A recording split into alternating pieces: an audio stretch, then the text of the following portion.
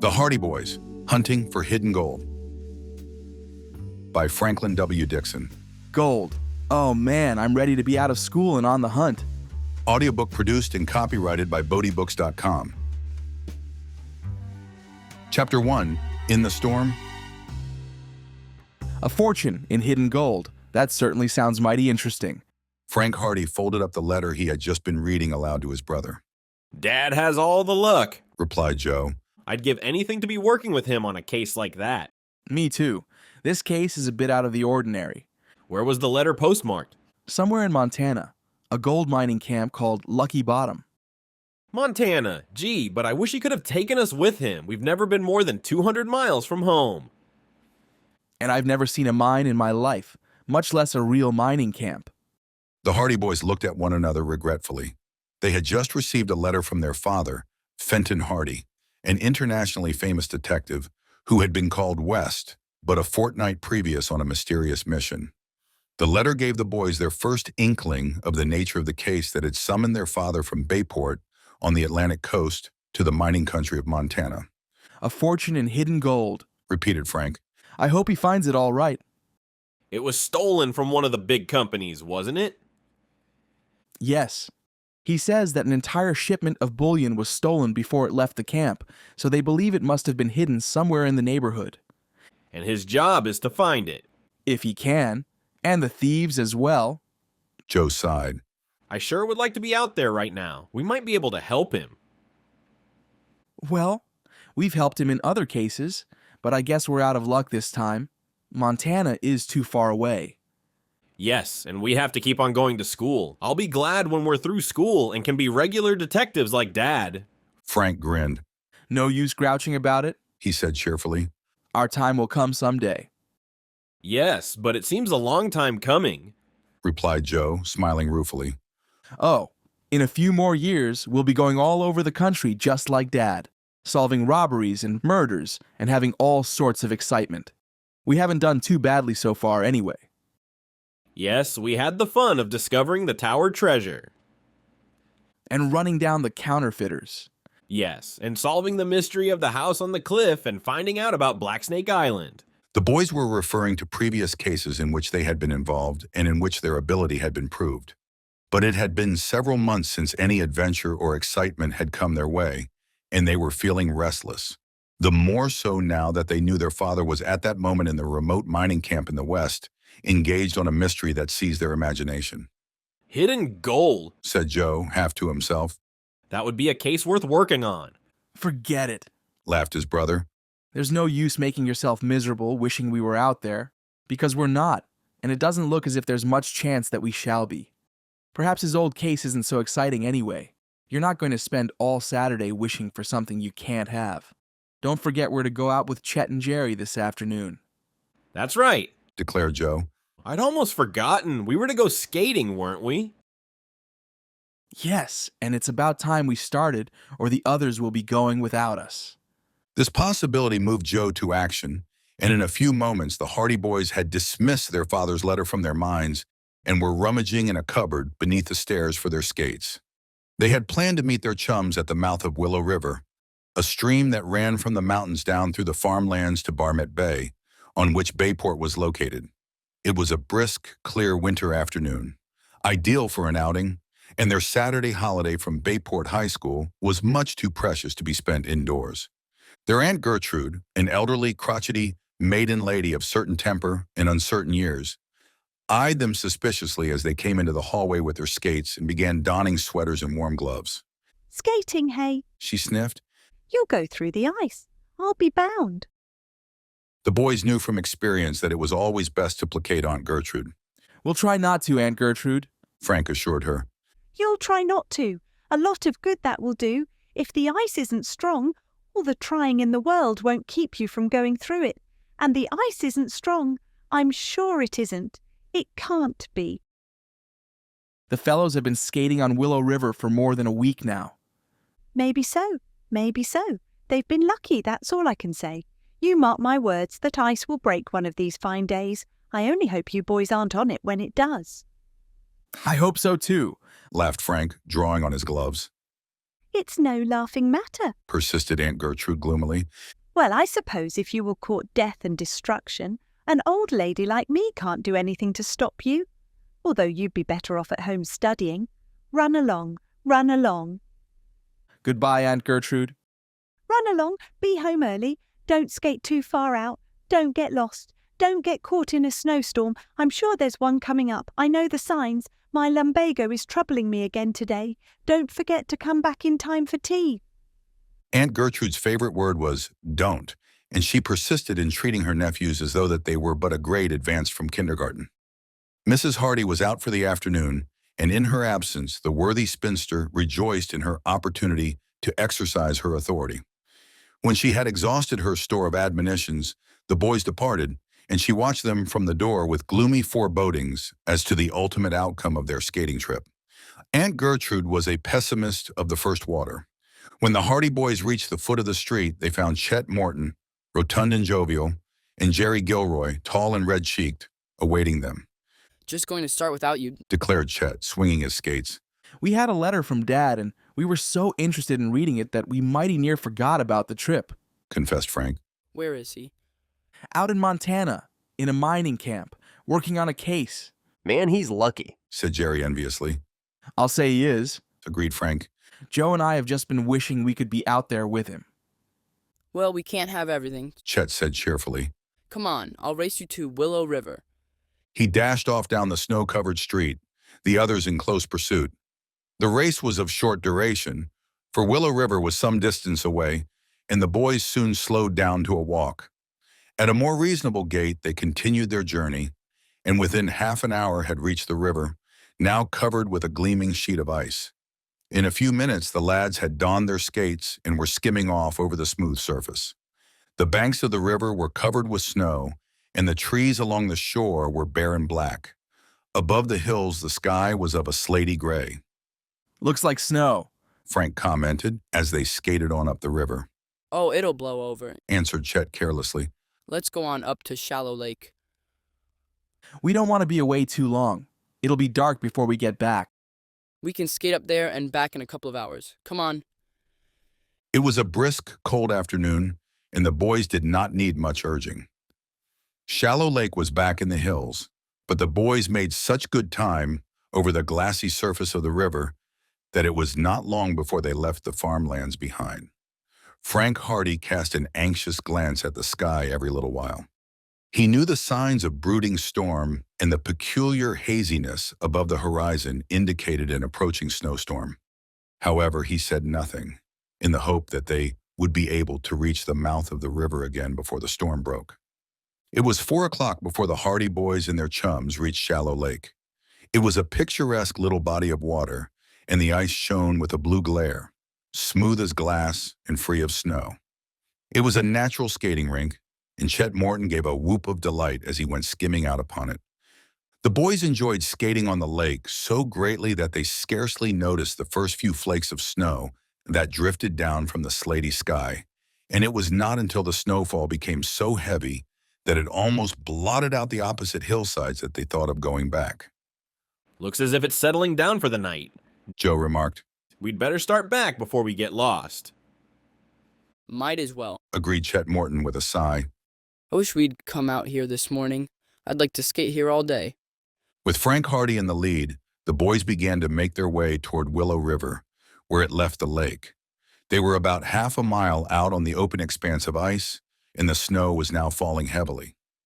At first, the soft white flakes had merely drifted down. Now they came scudding across the ice, whipped by a rising wind. It'll be harder getting back. Froyrank said. The wind is against us. The wind was indeed against them, and it was rising in volume. It came in quick, violent gusts, storming sheets of snow down upon them, snow that stung their faces and erased the scene before them in a white cloud. Then it blew steadily, with increasing force. The storm moaned and whistled about them. They could scarcely see one another, save as dark, shadowy figures, skating steadily on toward the gloomy line of hills that rose from the haze of storm. Why, this is a regular blizzard. Chet Morton shouted. As though in emphasis, the wind shrieked down upon them with redoubled fury. The snow was swirling across the flat surface of the lake in great white sheets. The cold became more intense. It became apparent that in a few minutes, even the nearby shores would be blotted from view. Let's make for the shore, Called out Frank. We'll wait until it blows over. There was a high cliff not far away, and Frank judged that it would provide shelter from the brunt of the storm until they should be able to continue their journey. Clearly, it was inadvisable to go on, for the wind was against them, and they were making little headway. Also, in the fury of the sweeping snow, it was possible that they might become separated, so they turned toward the cliff, that they could see dimly through the gray gloom. The wind shrieked, the snow beat against them, the sharp flakes stung their faces, swept into their eyes. The hurricane seemed like a mighty wall, forcing them back. Doggedly, they skated on, into the face of the blizzard that seemed to be sapping their strength. Chet Morton already was lagging behind. The snow was collecting on the ice in little heaps and banks that clogged their skates and made progress even more difficult. The face of the cliff seemed a long distance away, and with redoubled fury, the wind came howling down over the hills. Frank was almost exhausted by the constant battle against the wind and snow, and he knew that the others, too, were tiring quickly. It would be death for them if they faltered now. They must reach the shelter of the cliff. Chapter 2. A Call for Help. Doggedly, the boys fought their way on through the blizzard. Once Joe Hardy stumbled and fell prone in the snow. He was up again in a moment, but the incident testified to the difficulty of their progress. The cliff seemed no nearer. To add to their peril, twilight was gathering, and the gloom of the blizzard was intensified. We've got to make it, Frank muttered, gritting his teeth. The boys were strung out in single file, Chet Morton in the rear. All were tiring. Frank skated more slowly to give the others an opportunity of catching up. When they were together again, he waved his arm toward the gray mass that loomed through the storm ahead. Almost there. His words gave all of them new courage, and they redoubled their efforts. In a short while, the force of the wind seemed to be decreasing. They were now gaining the shelter of the cliff. The snow had not collected so heavily on the surface of the ice, and they made better progress. In a few minutes, they had skated into an area of comparative calm. They could still hear the screaming of the wind, and when they looked back, the entire lake was an inferno of swirling snow. But in the shelter of the steep rocks, they were protected from the full fury of the blizzard. Some storm, Grunted Chet, as he skated slowly to the base of the cliff and sat down on a frost-encrusted boulder. I'll say it is, Agreed Jerry Gilroy, following Chet's example. The Hardy boys leaned against the rocks. They were safe enough in this shelter unless the wind changed completely about, which was unlikely. With the approach of darkness, it was growing colder, but all the boys were warmly clad, and they had few fears on that score. Their chief worry was lest the storm should not die down in time to permit of their return to Bayport that night, because they knew their people would be worrying about them, I see where Mother won't let me go skating again. declared Chet. She's always afraid I'll get drowned or lost or something, and now she'll get such a scare that I'll never get out again. Oh, Aunt Gertrude will crow over this for a month. Joe put in. She said before we started that we'd be sure to get into some kind of a mess. Well, we'll just have to wait here until the storm blows over. That's all. Said Frank philosophically. Even if it does get dark, we can follow the river all right and get home easily enough. Perhaps the storm won't last very long. The boys settled themselves down to wait in the lee of the high black rocks until the fury of the blizzard should have diminished. There seemed to be no indication that the storm was dying down, and they resigned themselves to a wait of at least an hour. Frank scouted around in search of firewood, planning to light a blaze. But any wood there may have been along the shore had long since been snowed under, and he had to give up the attempt. While the boys are thus marooned by the storm in the shelter of the cliff, it might be best to introduce them to new readers of this series. Frank and Joe Hardy, 16 and 15 years old respectively, were the sons of Fenton Hardy, an internationally famous private detective living in Bayport on the Atlantic coast. Although still in high school, both boys had inherited many of their father's deductive tendencies and his ability in his chosen profession, and it was their ambition to someday become detectives themselves. Their father had made an enviable name for himself. For many years, he was with the New York Police Department, but had resigned to accept cases on his own account. He was known as one of the most astute detectives in the country and had solved many mysteries that had baffled city police and detective forces. In the first volume of this series, The Hardy Boys, The Tower Treasure, Frank and Joe Hardy solved their first mystery, tracing down a mysterious theft of jewels and bonds from a mansion on the outskirts of Bayport after their father had been called in on the case and had been forced to admit himself checkmated. The boys had received a substantial reward for their efforts and had convinced their parents that they had marked abilities in the work they desired to follow. The second volume, The Hardy Boys, The House on the Cliff, recounted the adventures of the boys in running down a criminal gang operating in Barmet Bay, and in the third volume, The Hardy Boys, The Secret of the Old Mill, they aided their father materially in rounding up another gang. The volume just previous to the present volume, The Hardy Boys, The Missing Chums, told how they sought their chums, Chet Morton and Biff Hooper, who had been kidnapped by a gang of crooks and taken to a sinister island off the coast. As the boys waited in the shelter of the rocks, they talked of some of the adventures they had undergone, This is the first bit of excitement we've had since we left Black Snake Island. declared Chet. I thought we were never going to have any adventures again. This isn't much of an adventure, Frank said, smiling. but perhaps it's better than nothing. Although I must say it's a mighty cold and uncomfortable one. He added. I wonder if we'll ever have any adventures like the ones we've gone through already. I think you've had your fill. Grumbled Jerry Gilroy. You've had more excitement than any other two fellows in Bayport.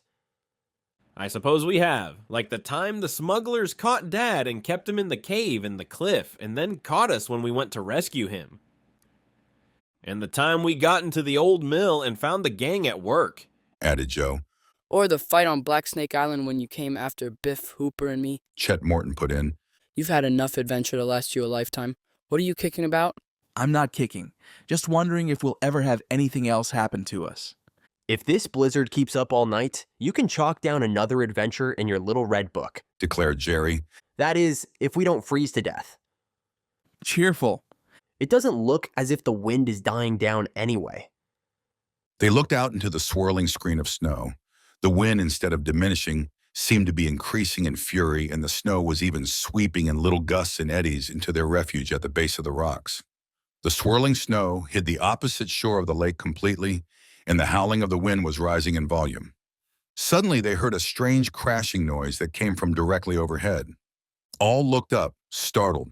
What was that? Asked Chet. The crashing noise continued for a moment or so, then died away, drowned out by the roar of the wind and the sweep of the snow, Perhaps it was a tree blown over.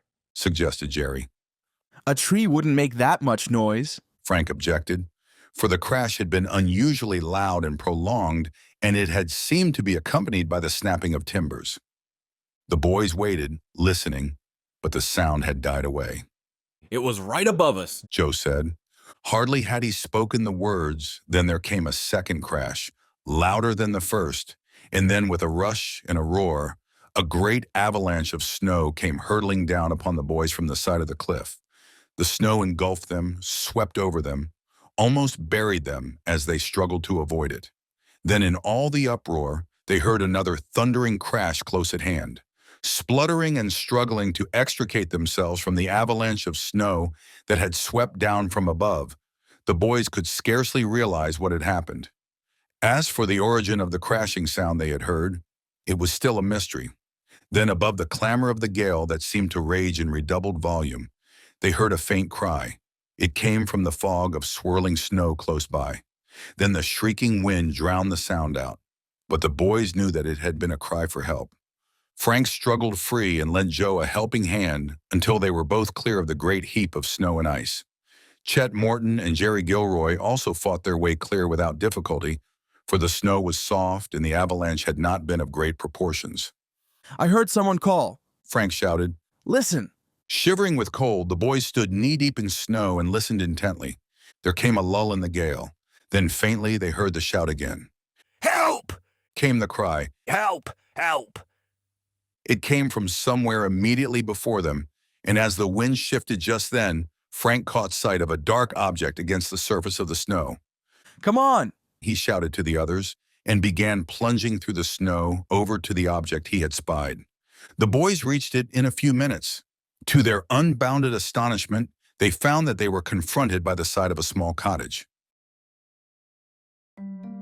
Chapter 3. Jadbury Wilson. In amazement, the Hardy boys and their chums stared at the cottage that had so strangely appeared in the snow. How did that get here? Shouted Chet Morton. Frank waved his hand toward the top of the cliff. There was a little cottage up there. He told them. It must have been blown off by the wind. This indeed had been the case. Sheltered by the cliff, the boys had no adequate realization of the immense force of the hurricane. The little cottage at the top of the cliff had received the full brunt of the wind and had finally succumbed to the gale and to the force of a sudden avalanche of snow from farther up on the hillside. It had no foundation, and it had been swept away bodily. The boys fought their way through the deep snow and inspected the little house. It had come through the terrific ordeal with surprisingly small damage. One side had crumpled under the force of the impact, and the building was canted over at a precarious angle. But the roof and the other three sides were unbroken, thanks to the soft snow, which had lessened the shock of the fall. There must be someone inside, Joe said. Someone was shouting for help. Frank found the door of the cottage and tried to open it, but it was jammed as the house was not standing upright. Then he discovered a window, the glass of which was shattered, and with assistance from the others, he made his way inside. The interior of the place was wrecked. In the dim light, Frank could see the broken boards and shattered timbers, the broken glass, the upturned stove, the smashed furniture. But there was no sign of any human being. Doesn't seem to be anyone here. He called out to the others. Just then he heard a sigh. It came from beneath an upturned cot at one side of the room. He investigated and saw a hand emerging from beneath the cot. In a few minutes, he had raised the small bed and found an old man lying face downward on the floor. "Help me out," muttered the old man feebly. Frank called to the others, and one by one they came scrambling through that window. Together they raised the old man to his feet and set him down on the cot, which they turned to an upright position again. Painfully, the old fellow rubbed his aching joints. "No bones broken," he said at last. "I'm lucky I wasn't killed." You might have been crushed to death. Frank interposed. "It's lucky you boys were near," he said. "I'd have frozen to death if I'd been left pinned under that cot. I mightn't have been found for days, but it takes a lot to kill Jadbury Wilson. I guess my time ain't come yet."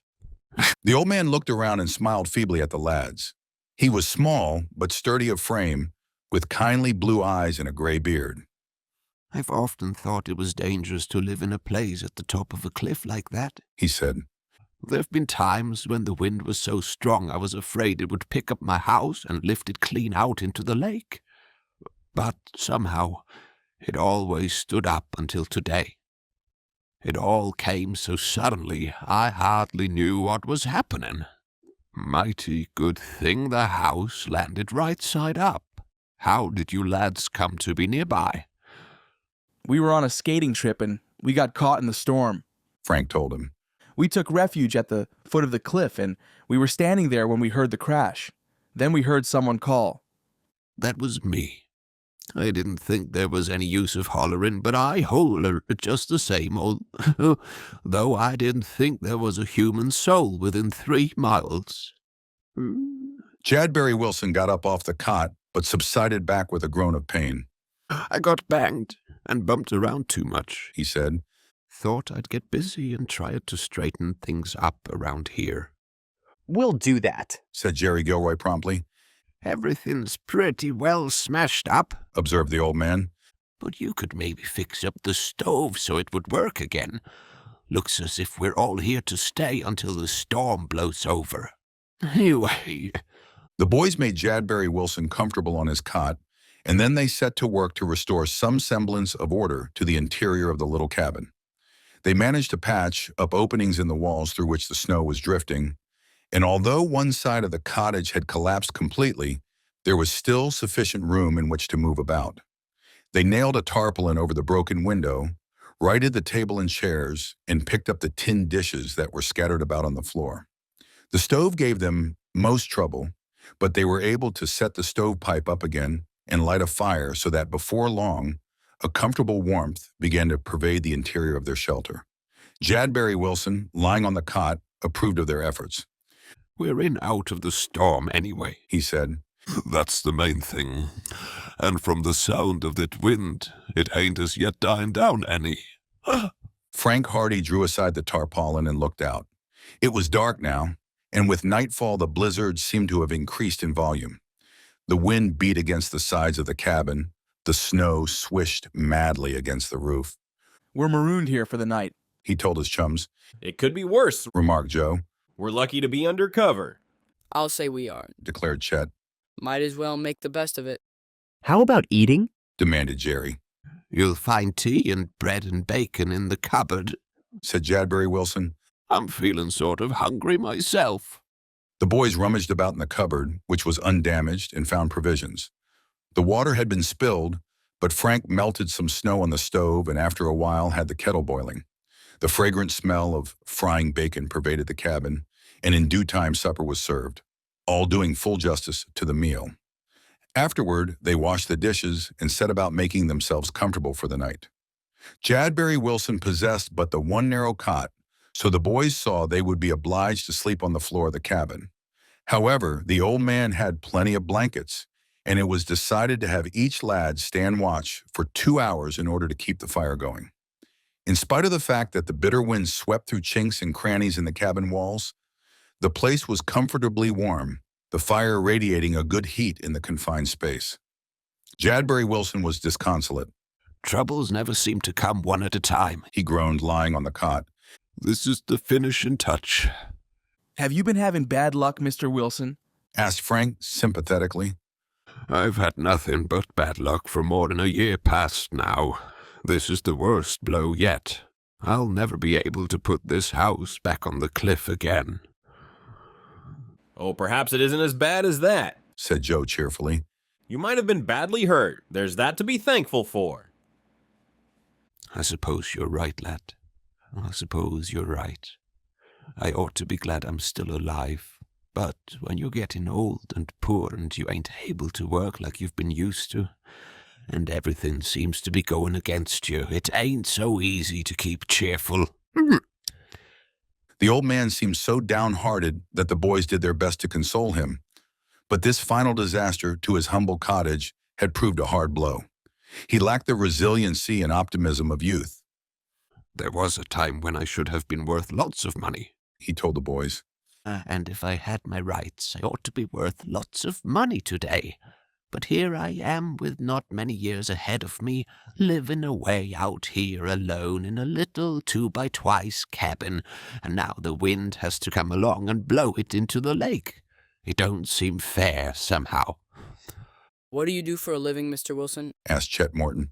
I've been doing a bit of trapping and hunting lately. The old man replied. Most of my life I've been a miner. I've traveled all over the country. The boys were at once interested.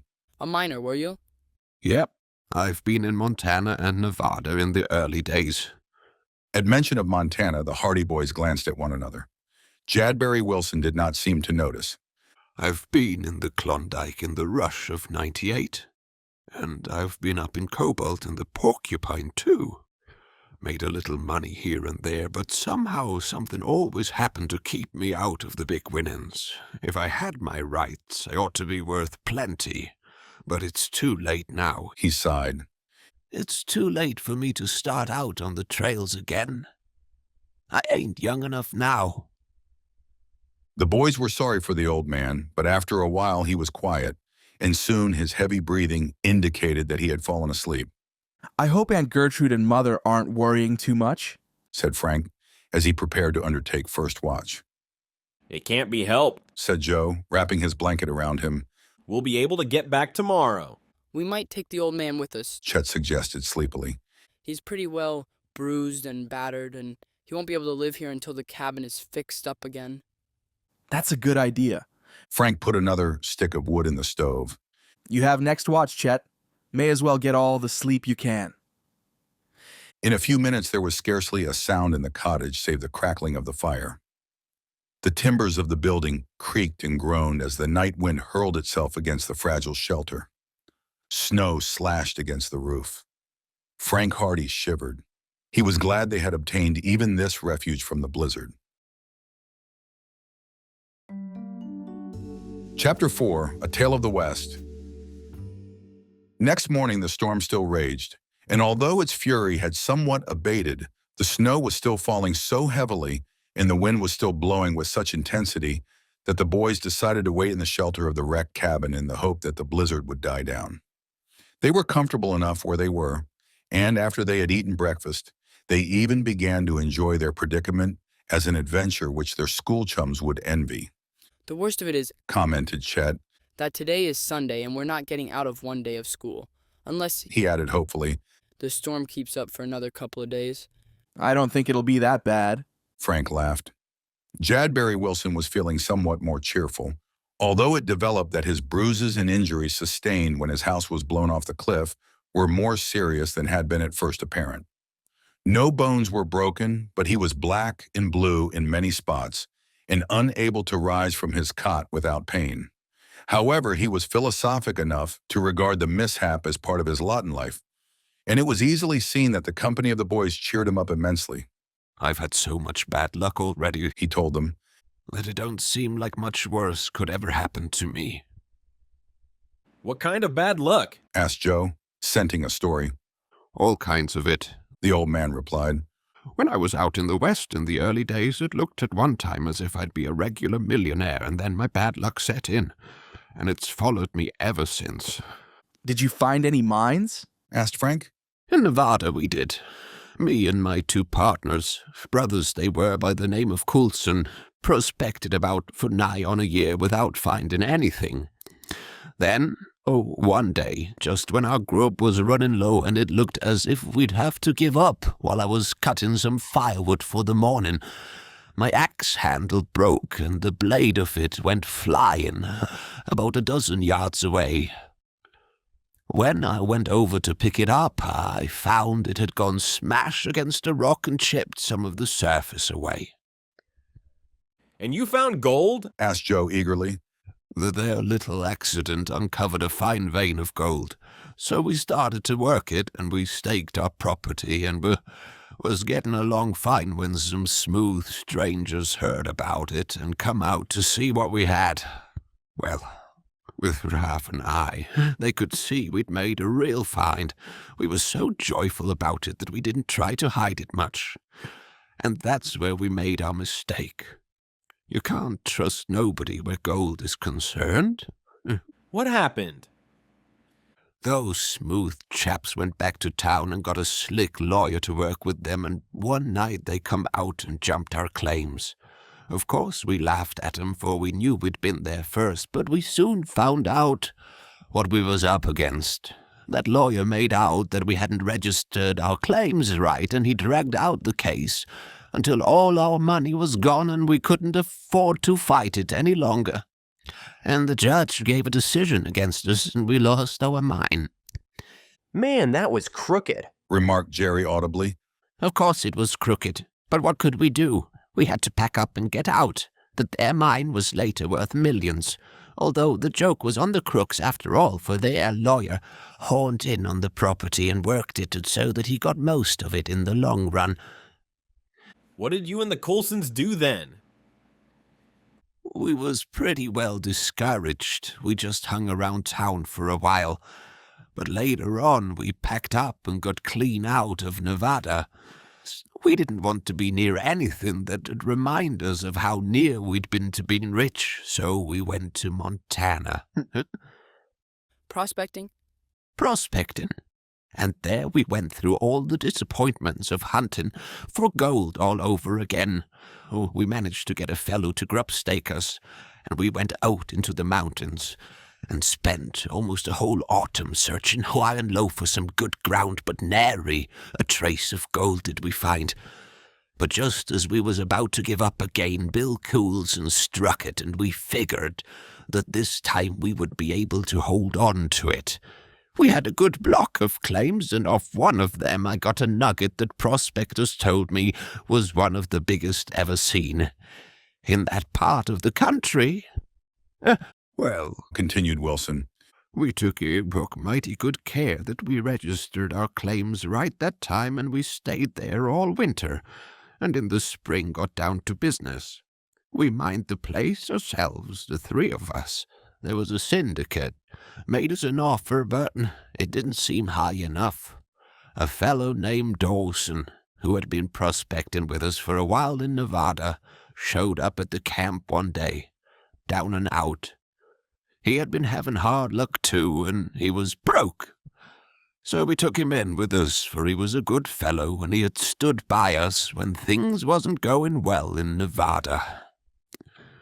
Our little mine was all right for a while, but after a time it began to peter out. We had 4 bags of gold by that time, some of it in big nuggets, but we didn't know whether to cash in and use the money to buy new machinery and sink a deep shaft or not.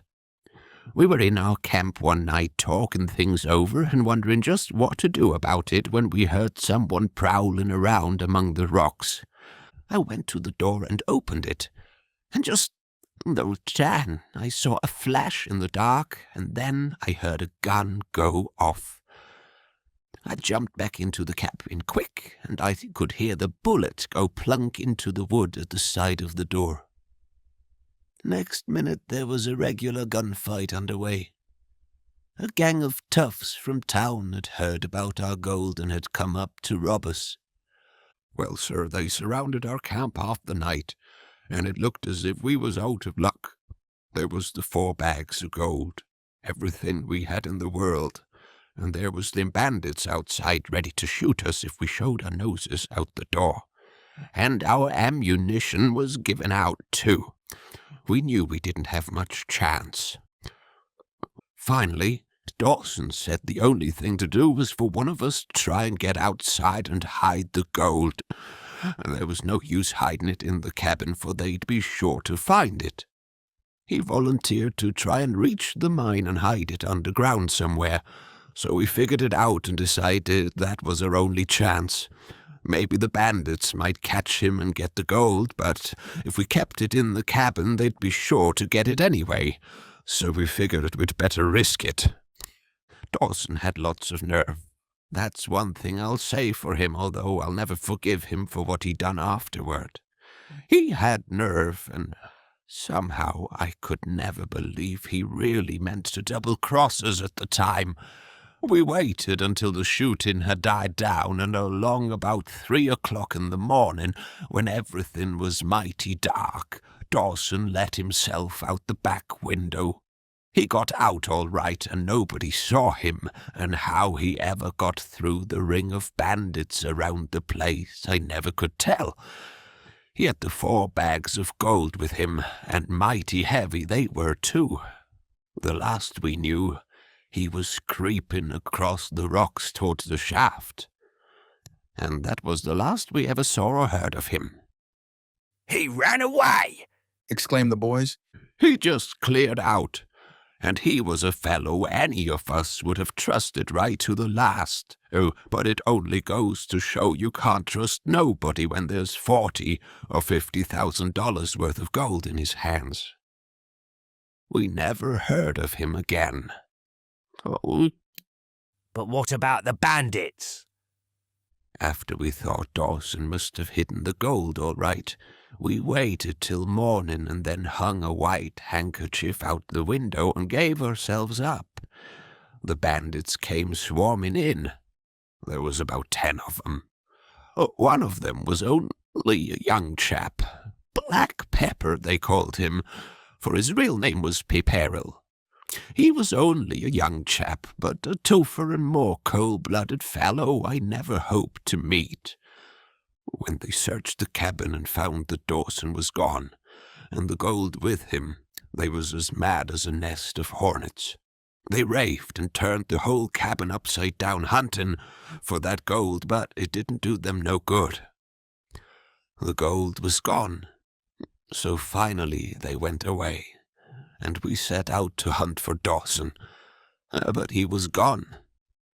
He wasn't in the mine, although we found footprints down on one of the levels that looked like his, but we couldn't find him anywhere. and there was no gold. Well, even then, we couldn't imagine he'd cleared out on us, and we waited around there for nearly a week trying to find him and hoping he'd show up sometime. But he never showed up. He had just cleared out. That was a dirty trick. Exclaimed Joe indignantly. We didn't mind losing the gold so much. It was thinking we trusted him so much. He was the last man on earth I'd have thought would do a thing like that. Bill and Jack Coulson, my partners, they just wouldn't believe it of him. But after a while we knew we'd never see him, and although we tried to trace him, it was no use. We heard from a prospector a few weeks later that he'd seen Dawson in a mining camp up north. But that was the last we ever heard of him. He'd gone up and called him by name, but Dawson just looked at him kind of funny and said that he must be mistaken and that his name wasn't Dawson at all. So I guess that sort of proved he was crooked. And the mine? Asked Frank. It wasn't no good after that. We worked it a few months longer, but it had petered out, and the syndicate wouldn't take a chance on it, and we didn't have any money to work it anymore. So we abandoned it and went away.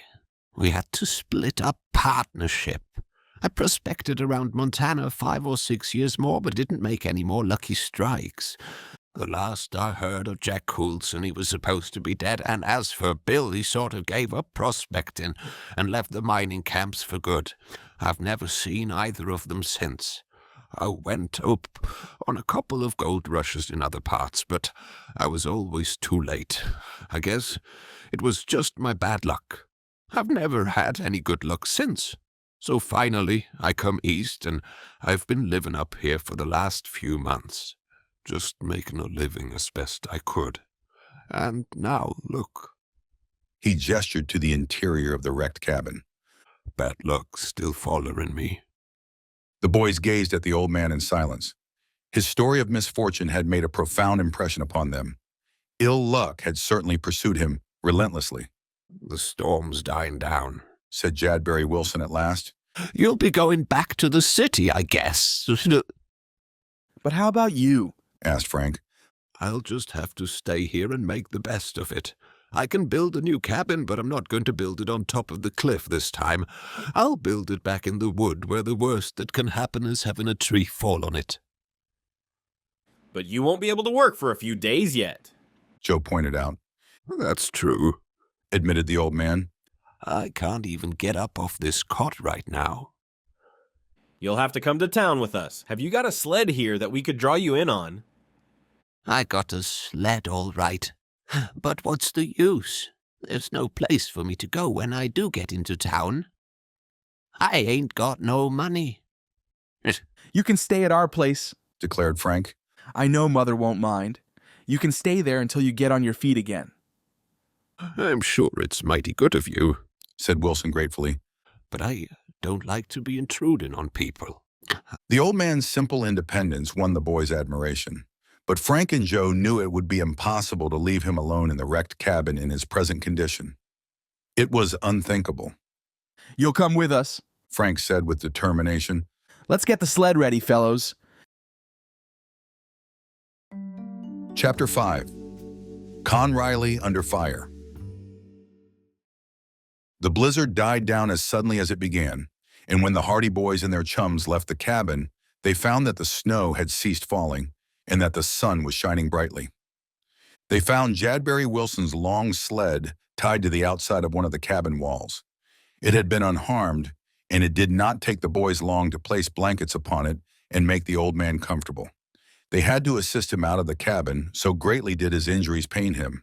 He had 2 pair of snowshoes, and Chet Morton and Jerry Gilroy donned them, the Hardy boys being content to trudge along in the deep snow of the lake.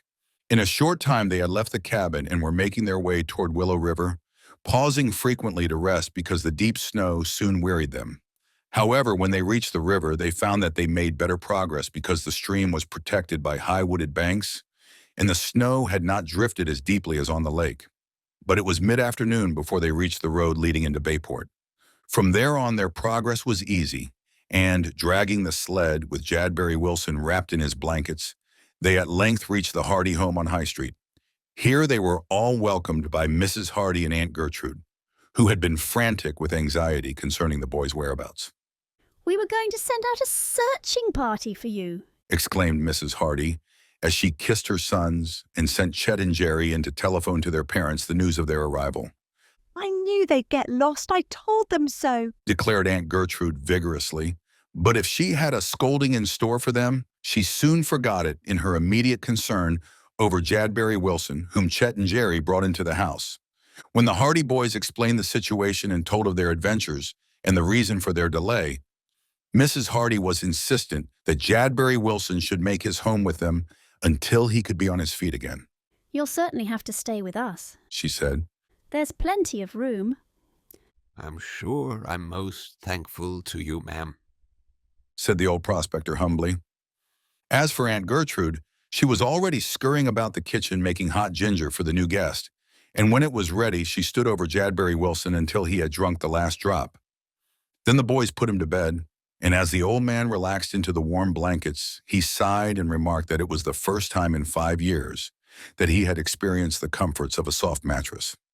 Jerry and Chet hastened home, wondering a little what would be said to them, but their people were so relieved at seeing them again that they forbore to lecture the lads, and all in all, they came through the ordeal better than they had expected. Back to school tomorrow, Grumbled Joe at supper that night. "Oh, didn't I tell you? Said Mrs. Hardy. Tell us what? There won't be any school tomorrow." What? Shouted the boys incredulously. You should say, "I beg your pardon." Corrected Aunt Gertrude acidly. Mrs. Hardy smiled. "I thought you'd be surprised, She said. and I suppose you'll be almost heartbroken. No, there's to be no school tomorrow. Last night's blizzard was one of the worst in the history of Bayport. The wind was so strong that it wrecked the high school roof." Joe gave a whoop of delight and danced around his chair. There's nothing to cheer about that I can see. Sniffed Aunt Gertrude. They say the property damage was very bad, and it will take about 2 weeks before the roof is fixed.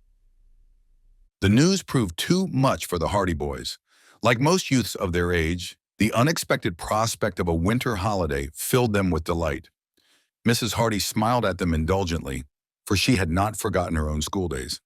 Aunt Gertrude began laying down the law to the effect that the boys must pursue their studies at home quite as ardently as though the school had been undamaged. And on the following day, she actually did insist that they do 2 hours studying before they got out in the morning.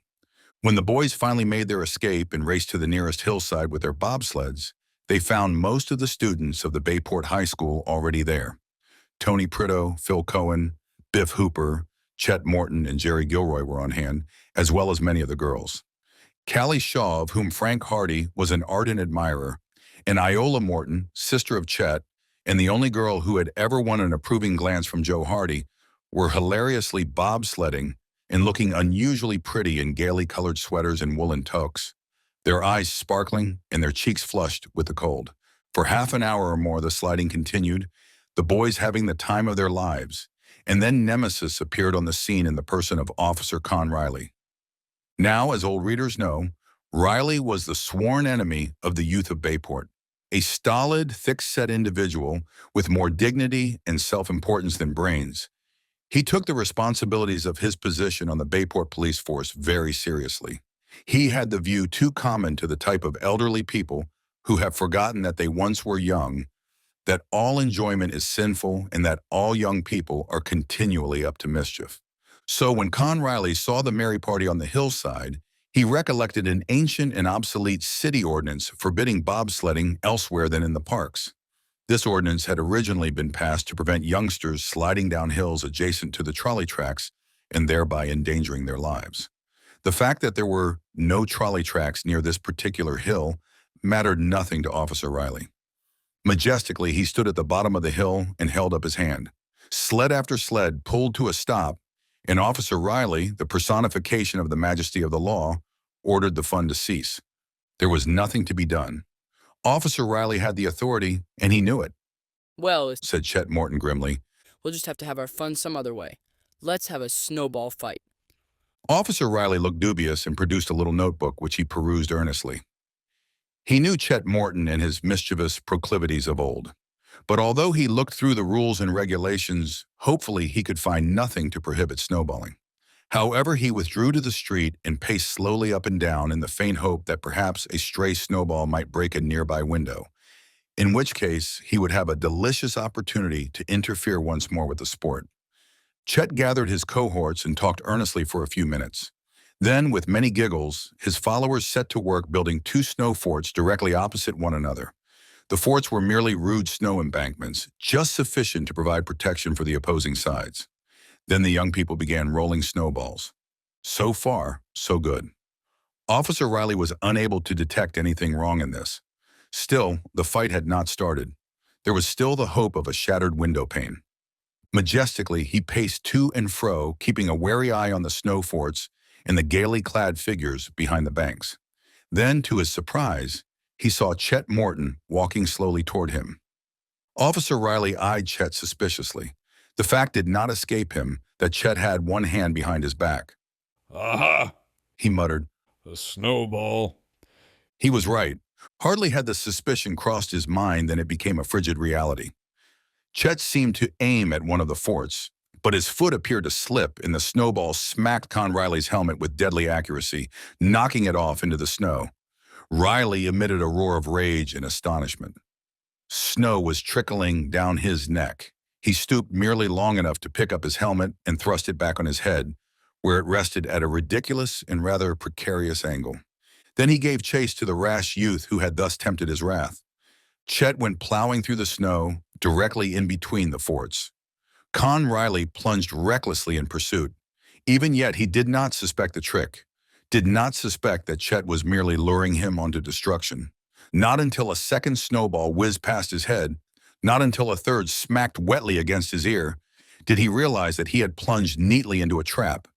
He floundered about in snow up to his knees, and from either side came a volley of snowballs. They squashed against his helmet, knocking it off again. They thumped against his uniform on every side.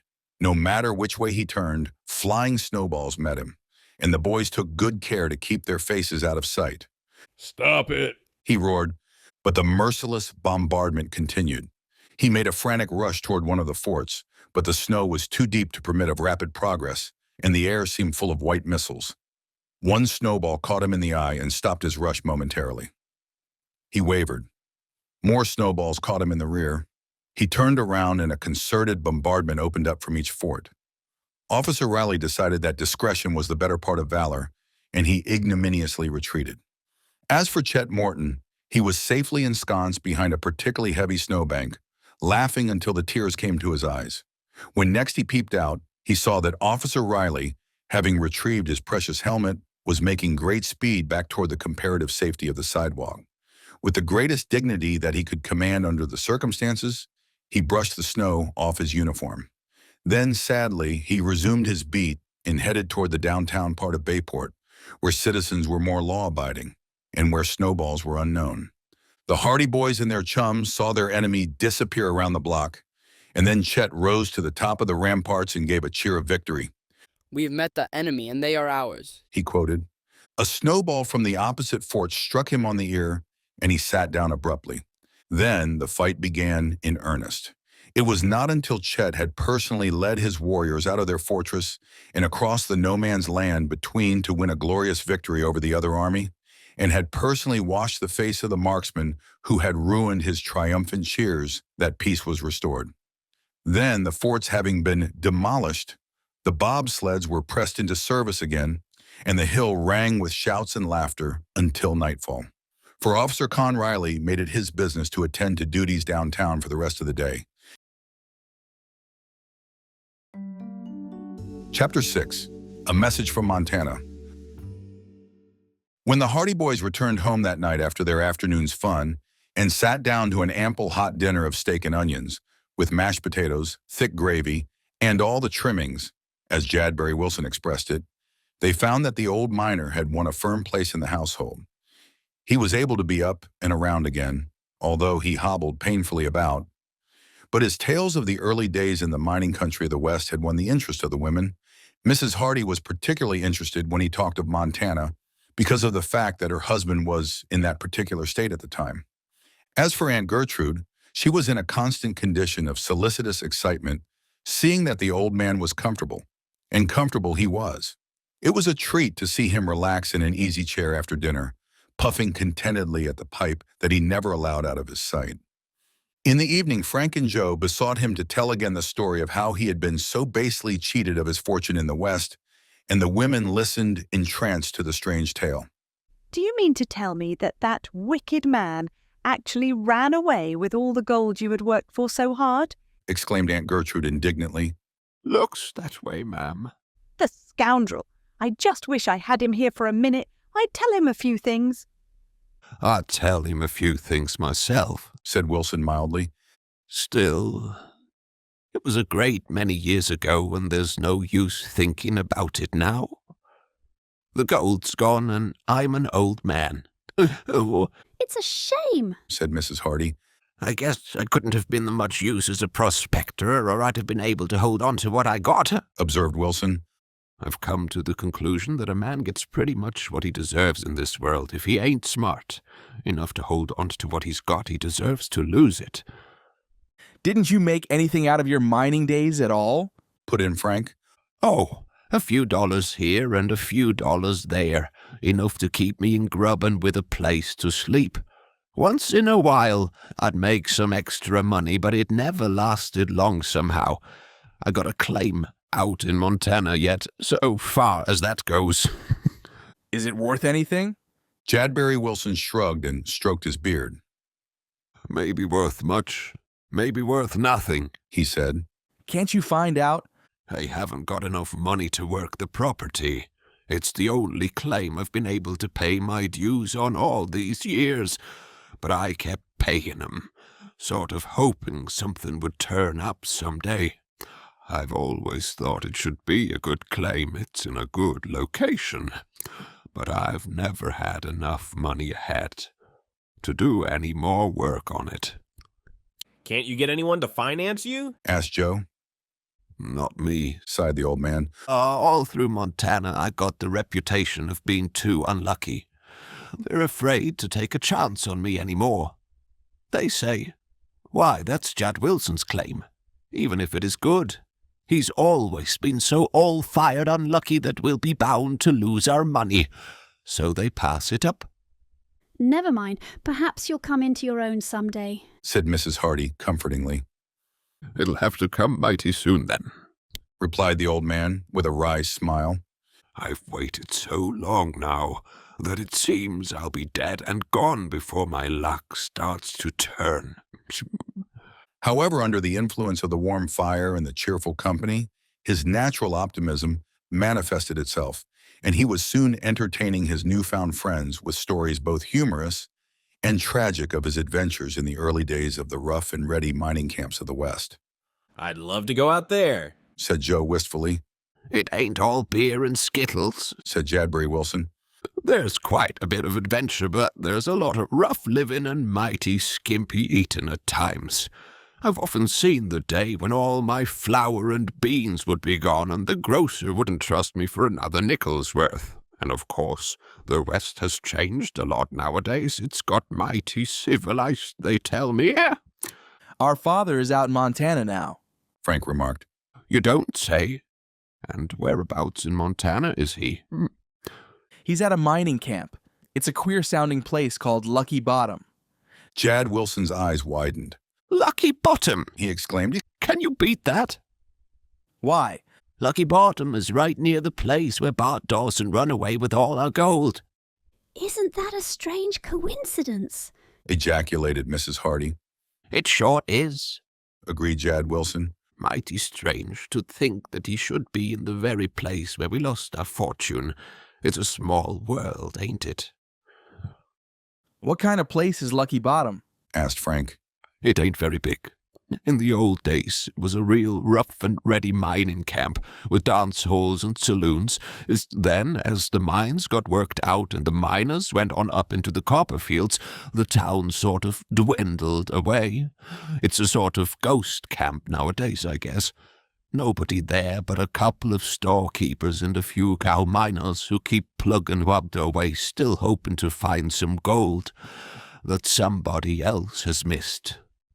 Jadbury Wilson rubbed his eyes and smothered a yawn. You'll have to pardon me, ma'am, He said to Mrs. Hardy. but I've always been used to going to bed at dark, and it ain't often I sit up so late jawing. If you don't mind, I think I'll turn in. Early to bed and early to rise. Quoted Aunt Gertrude with approval. Makes a man healthy and wealthy and wise. Finished Jadbury Wilson with a wry smile.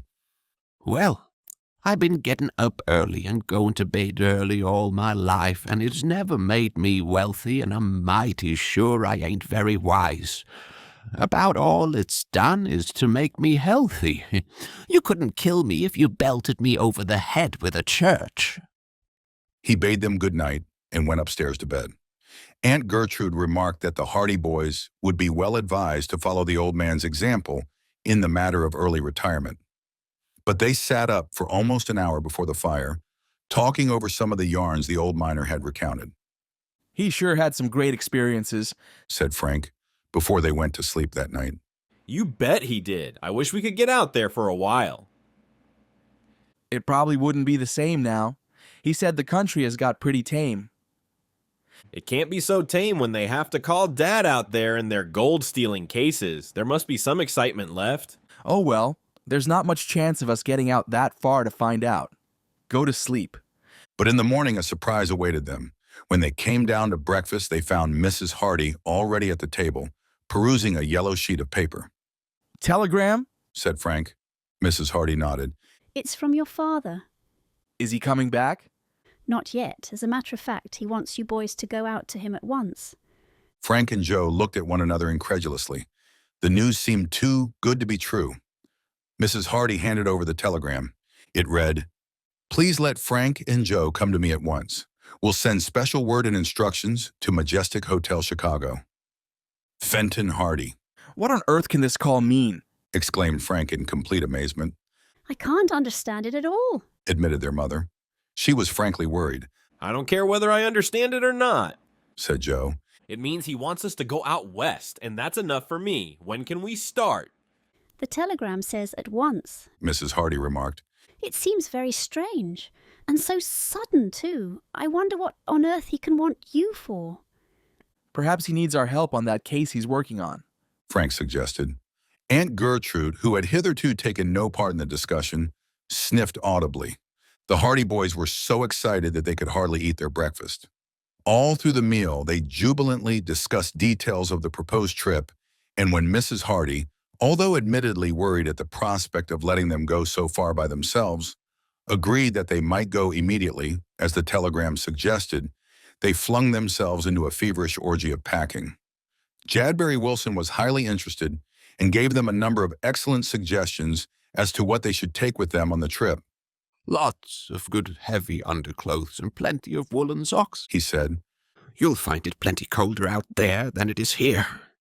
The boys got their reservations on a train that would leave for Chicago late that afternoon. Their packing occupied more time than they had expected because they did not want to be burdened by too much luggage and had a difficult time eliminating the non-essentials.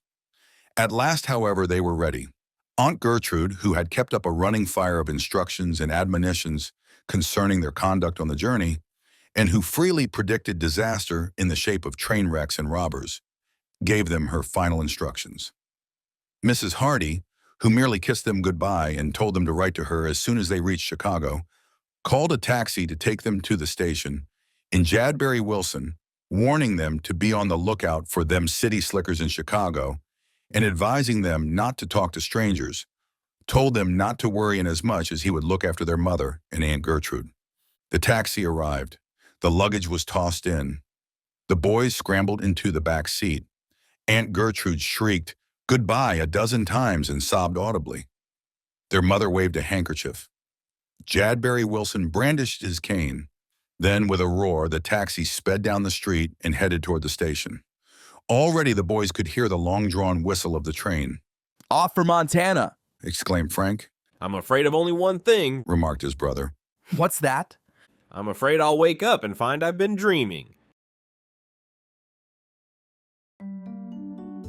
Chapter 7 in the Windy City.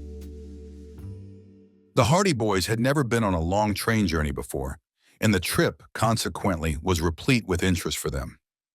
As the train left Bayport behind and began speeding through the open country with its snow-covered fields, they felt a sense of elation and freedom. This is certainly better than school, declared Joe, settling back in his seat with a sigh of contentment. Sure is. Chet Morton and the rest of the gang will be just about sick with envy when they hear where we've gone. I wish we could have them with us. When do we reach Chicago? Sometime tomorrow. Won't it be dandy to stay on the train all night? They watched the scenery that seemed to flash past as though on a moving scroll until gradually twilight fell and the lights in the Pullman were turned on.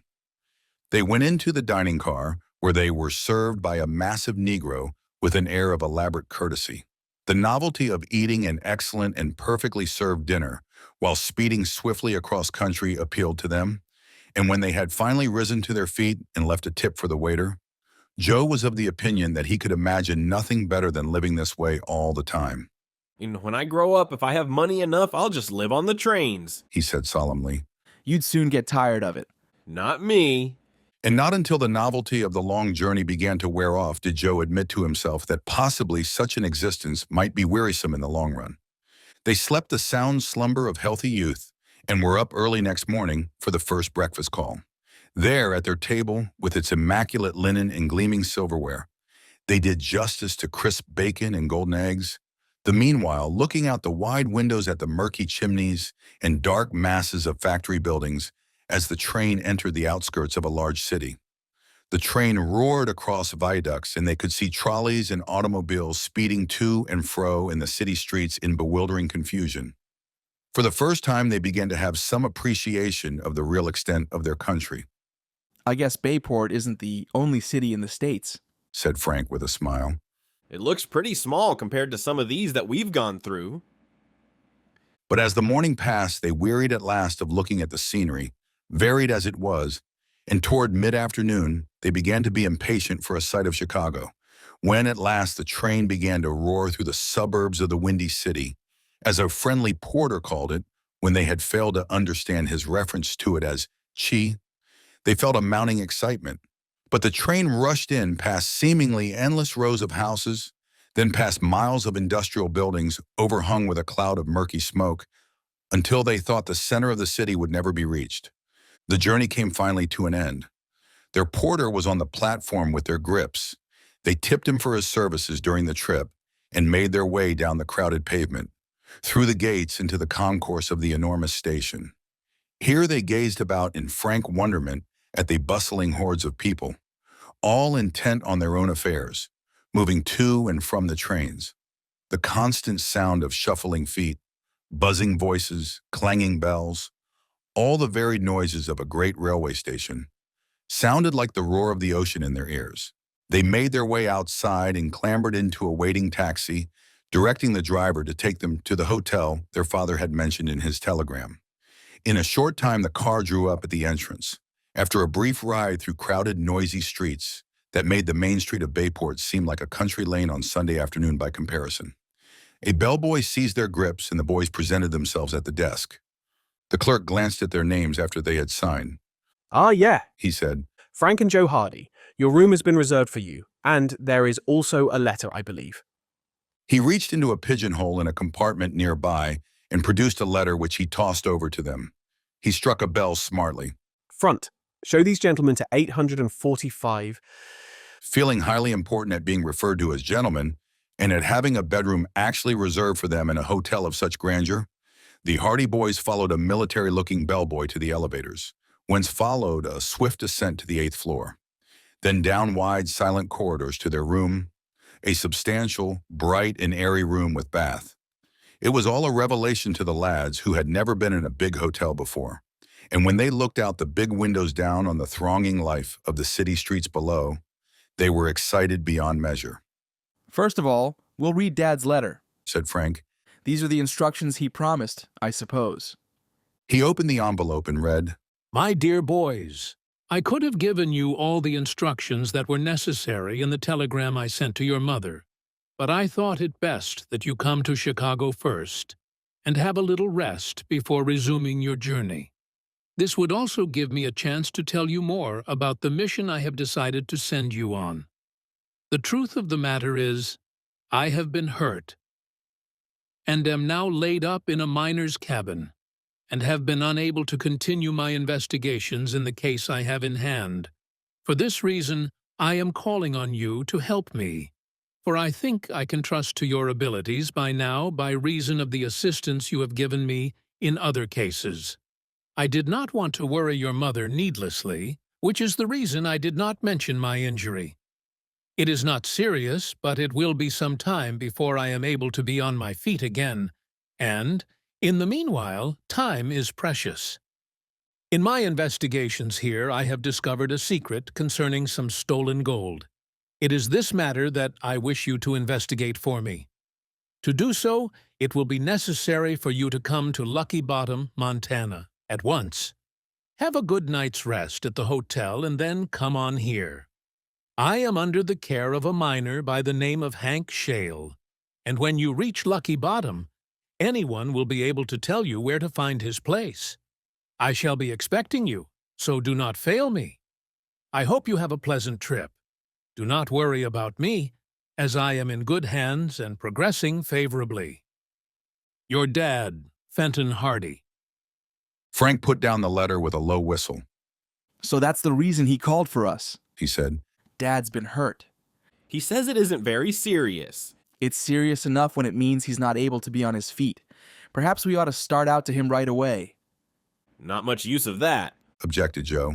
We wouldn't gain much time, and we'd be so tired when we got there that we wouldn't be of much use to him for a day or so.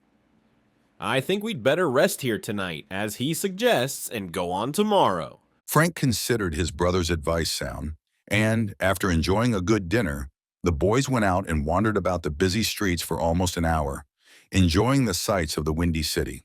But it was a cold, bitter evening, and they soon sought the warmth and comfort of their hotel again, going to bed early, because they were tired after their long hours on the train.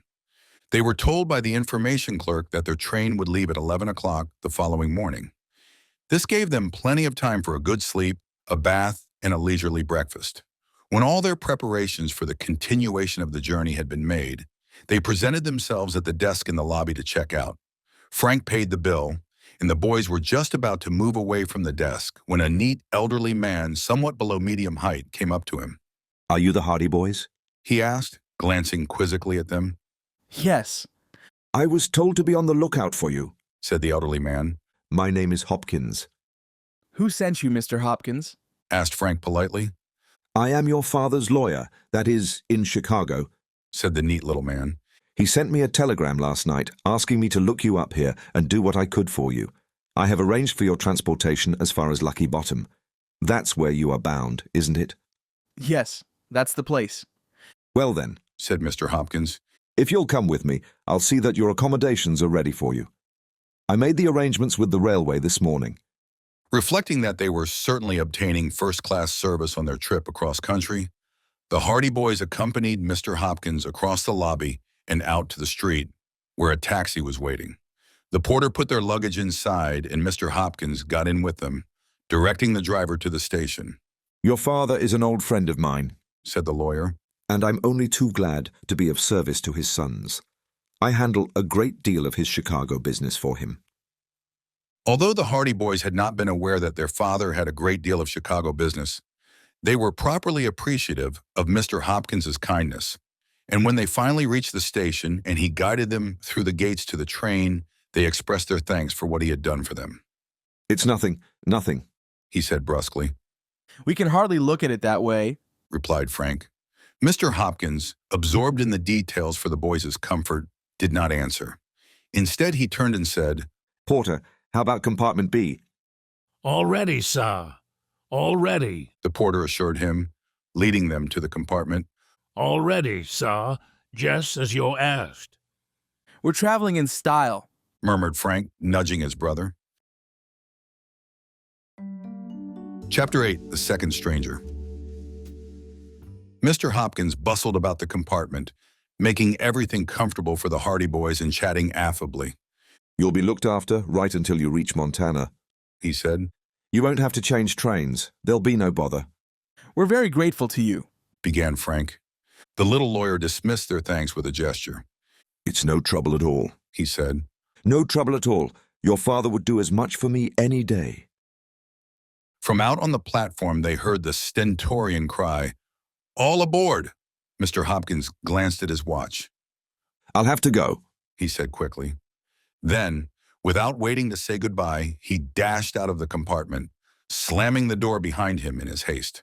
The Hardy boys settled back in the comfortable seats as the train began to move.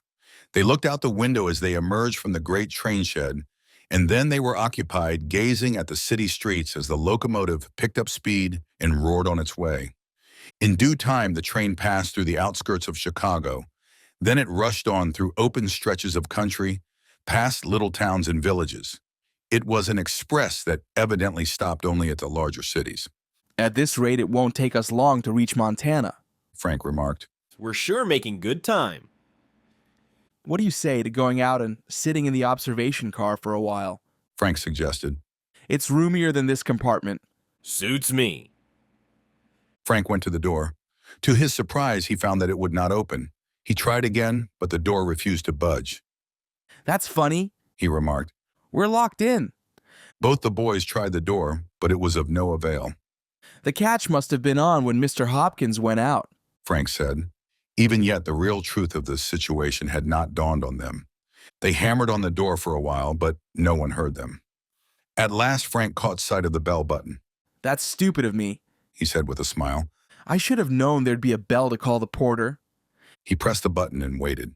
No one came. There was no sound but the roar of the train as it rushed on its way. He pressed the button again and again. That porter must be either dead or asleep, he muttered, settling down to a prolonged ringing of the bell. After what seemed an interminable length of time, they heard a shuffling of feet in the corridor. The sound of the steps ceased, and someone rapped at the door. Something for you, Gemmin? Yes, let us out of here. The porter tried the handle of the door. Wooey, he observed. You done lock yourselves in. We didn't lock ourselves in. Somebody locked us in. Haven't you got a key? Just a minute. They heard the porter shuffling away. After a while, he returned with the sleeping car conductor. A key clicked in the lock, and then the door swung open. How on earth did that happen? Asked the conductor, mystified. He looked at the porter accusingly. Did you lock these boys in there? No, sir. No, sir, protested the porter. Didn't have nothing to do with it, sir. They come on at Chicago with an older man, and I done showed 'em to the compartment, and that's all I knows about it. I don't think the porter had anything to do with our being locked in, explained Frank. It was an accident. Our friend Mr. Hopkins slammed the door on his way out, and the catch must have been on without our knowing it. It's perfectly all right. I got their tickets all right, said the conductor. Yes, sir. I collected them tickets myself. The old genman with these boys give 'em to me.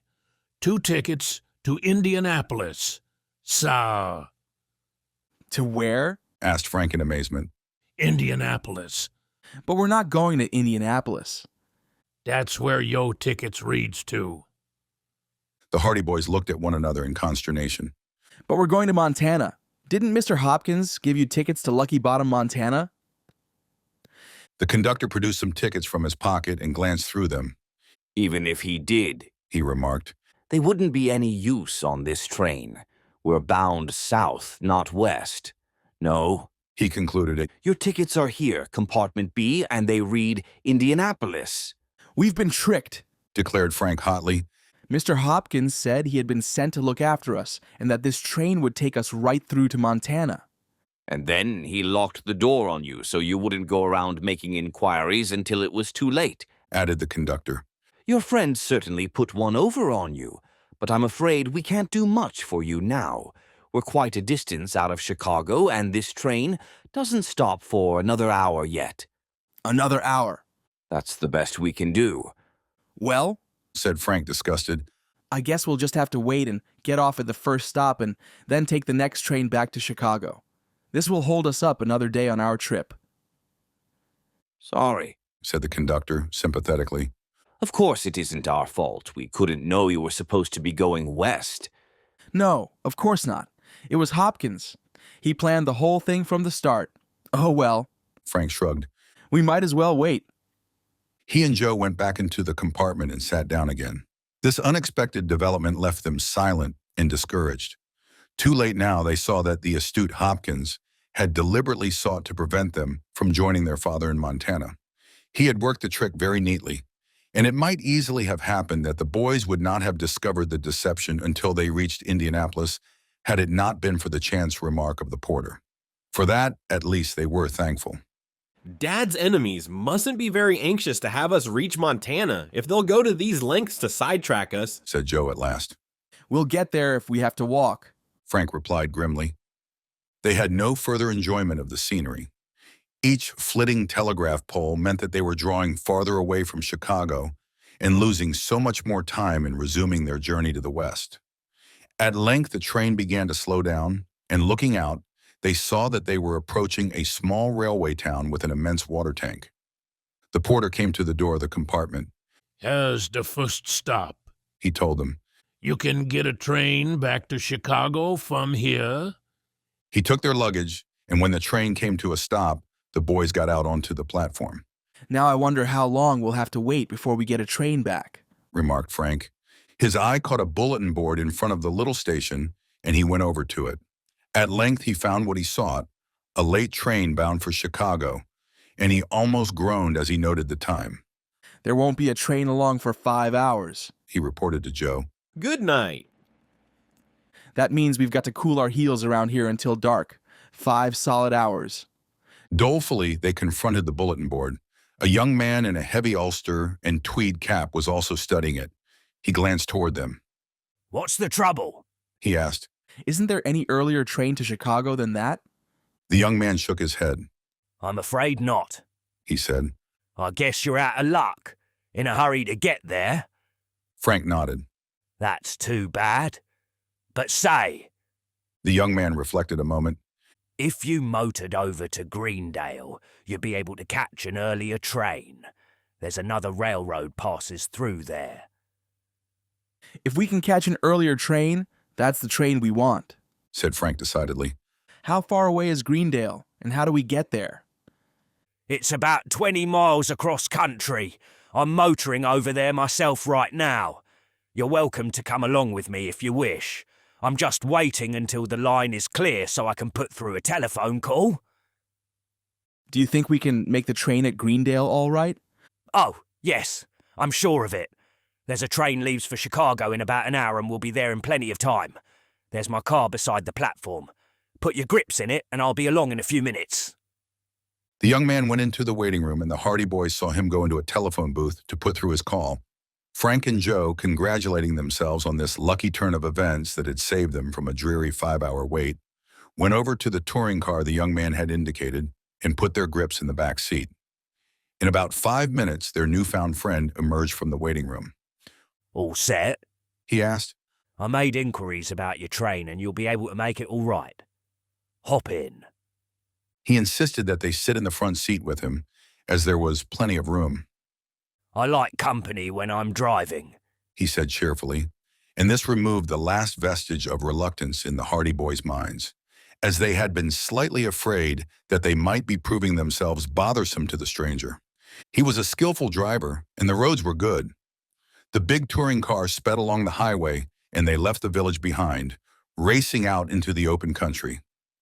The young man at the wheel said little, beyond an occasional remark about the weather or the condition of the roads.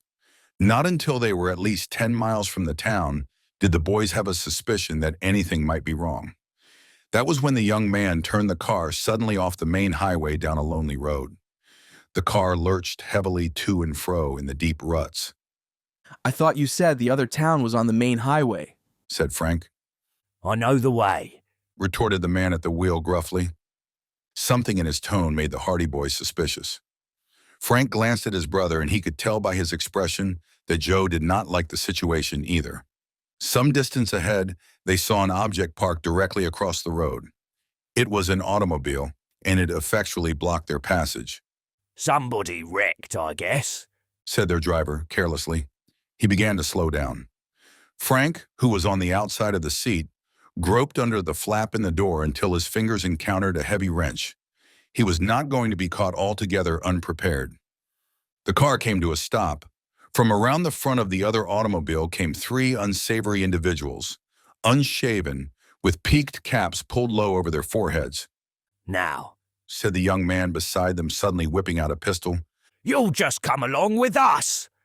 He leveled the weapon directly at the Hardy boys.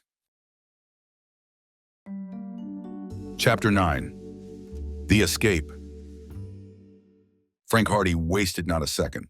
Before the man with the automatic pistol could realize what he was doing, he had flung up his hands sharply, at the same time releasing his grip on the wrench. It spun straight and true, knocking the automatic out of the fellow's grasp, and it clattered to the floor of the car. When Joe saw that their antagonist was unarmed, he rose halfway up in the seat and launched himself upon the driver. Frank, in the meantime, reached for the pistol. He was unable to find it, but his fingers closed over the wrench again. There was a yell of surprise and rage from the three men in the road, and they rushed toward the car. One of them came plunging along the side and attempted to grapple with Frank, but a sideways swing of the wrench caught him on the right of the head, and he staggered back with a yelp of pain.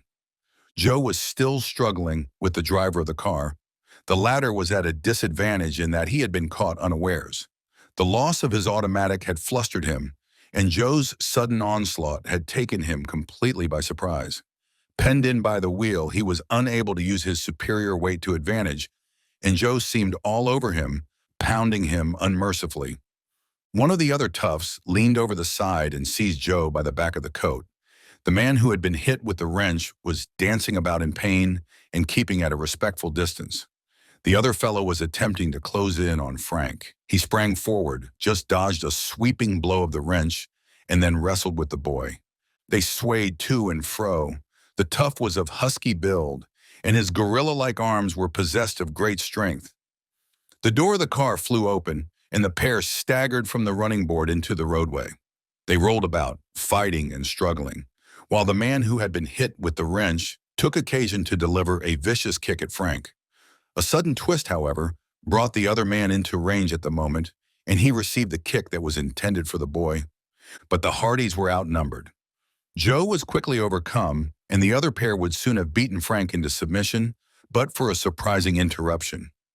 Down the roadway came a clattering and roaring, and around the other car came plunging an ancient and decrepit Ford with an enormous Negro at the wheel. Beside him sat another colored man, and the pair gazed at the struggle before them, with mouths agape and eyes staring. Then the Negro driving the car brought it to a stop and clambered down, picking up the car crank as he went. "Use the speeders what run over my chickens!" he roared, bearing down on the two toughs who were grappling with Frank. He dealt one of them a hearty rap on the back of the head with the crank, and the fellow bolted forthwith. Reinforcements had arrived, and he judged that the fight would soon be over. He raced for the car parked across the road and scrambled into the front seat. The two colored men rushed into the battle with enthusiasm.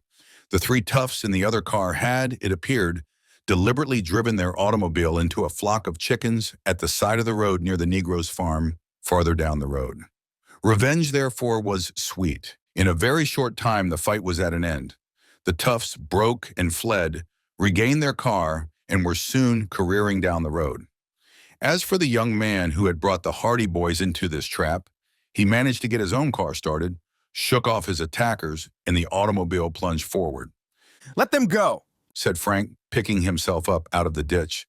"If they runs over any more of my chickens, I'll folly 'em from here till doomsday," declared the big Negro. "You certainly showed up in the nick of time," said Joe, brushing off his coat. "They had us beaten 2-1. "Those no good men," declared the other colored man. "Ah, knows 'em. They just pool room toughs." "How come they lays for yo way out here?" asked the big man curiously. The chap driving the touring car was going to drive us out to a town called Greendale so we could get a train back to Chicago. Frank explained, and telling the man where they had got into the automobile. He turned down this road, and then we met the other 3 waiting for us. They all jumped us at once. They ain't no trains pass through Greendale, declared their rescuer. If yo wait there for a train for Chicago, yo'll wait years and years, and even then yo won't get no train. We'll have to go back to that town then, said Joe. That's where we's gwine. Get in this year flivver, and we'll drive you back to the railway. Glad to have gotten out of the scrape thus easily, the Hardy boys clambered into the rickety Ford, and the 2 colored men resumed their seats in front. Soon's I see that car across the road, I knowed it was the same car that run down my chickens, declared the driver.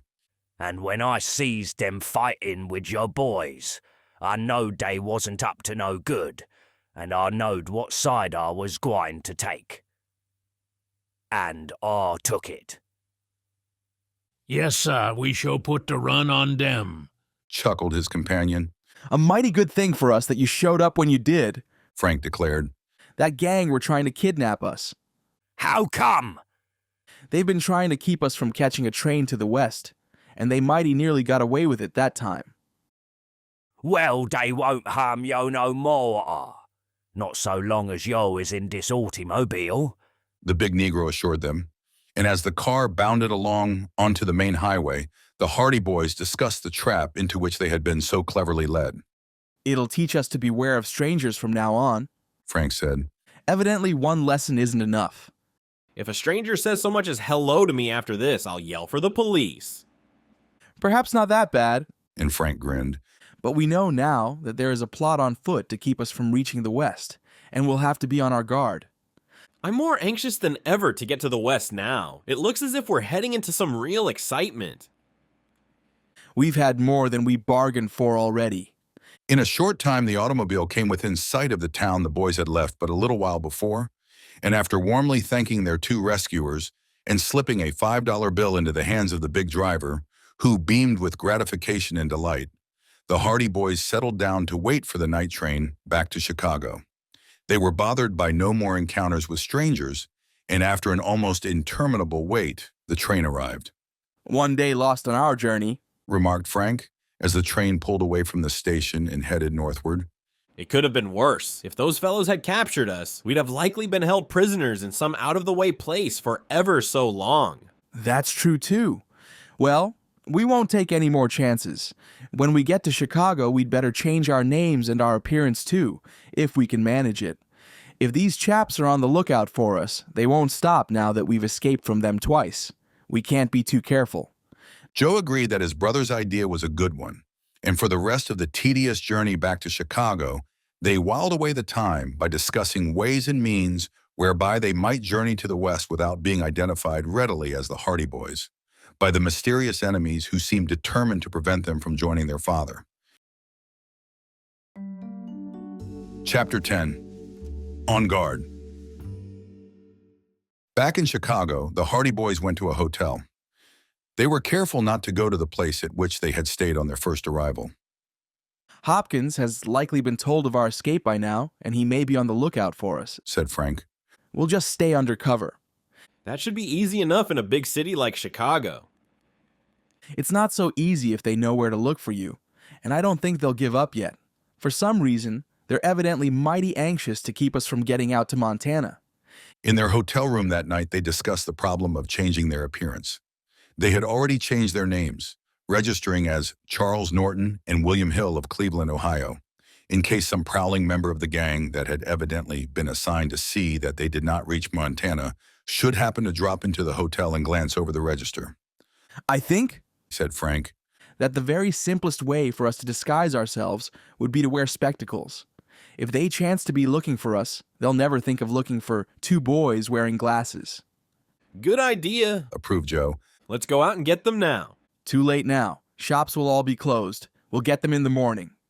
They left the hotel early and found a shop nearby where Frank was fitted with a pair of horn-rimmed glasses that gave him a studious and benevolent expression. Joe bought a pair of cheap spectacles with plain rims. The transformation was remarkable. Instead of a pair of merry, bright-eyed lads, One saw two solemn, nearsighted boys who looked for all the world as though they had never had an unrestrained, boyish impulse in all their lives. By all rights, we ought to carry some books under our arms, too, Joe suggested. So to make the transformation complete, they stopped at a bookstore and purchased 280 volumes. And when it came time for them to catch their train, no one would have recognized in the two sad-faced, bespectacled, earnest young students the irrepressible Hardy boys of Bayport. To allay suspicion, they decided to board the train separately. Frank went first while Joe remained in the concourse of the station for a few minutes. Then he followed. It was just as well that they did this. Near the gate leading to their train loitered a tall, sharp-featured youth who scrutinized everyone who passed. He gave Frank but a fleeting glance as he went by, and when Joe passed him, later his gaze merely rested casually on the boy for a moment.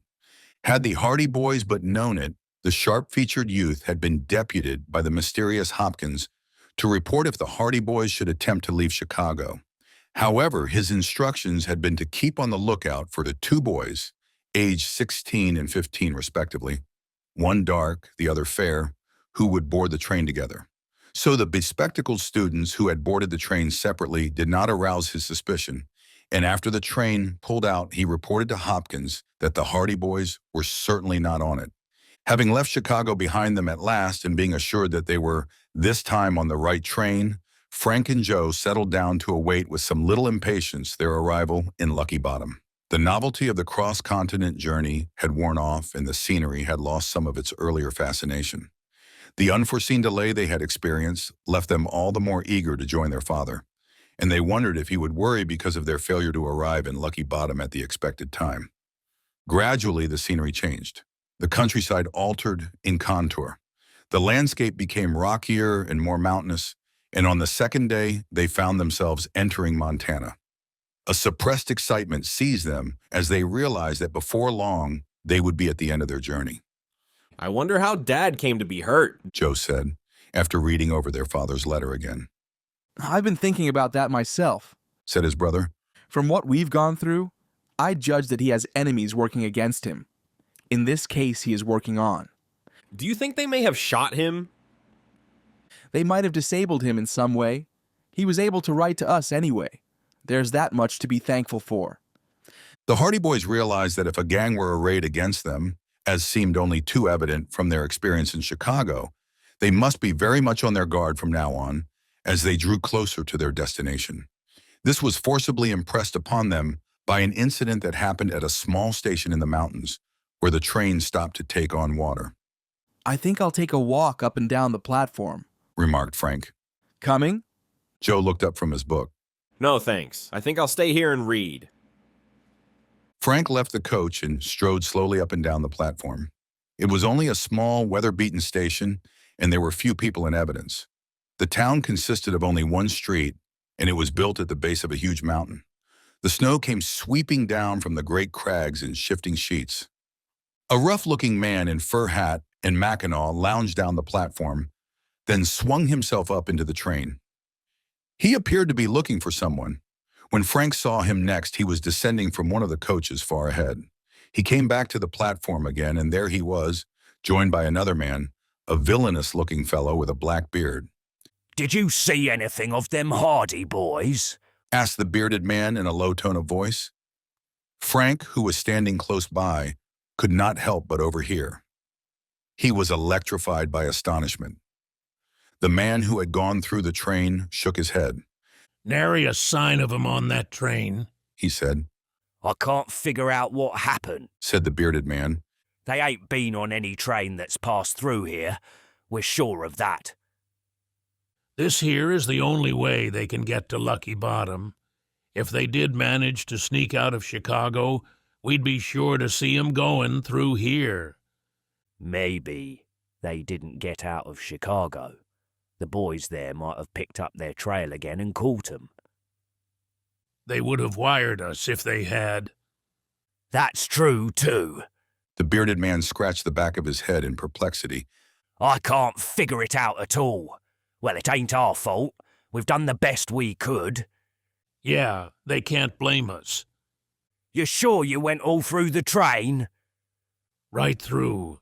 There was no two boys on it. There was one lad sitting in the Pullman reading a book, but he wasn't like the description of either one of 'em. Wore glasses. Looked like he was a regular little Willy boy. Wore glasses, huh? Well, he wasn't one of the Hardy boys then.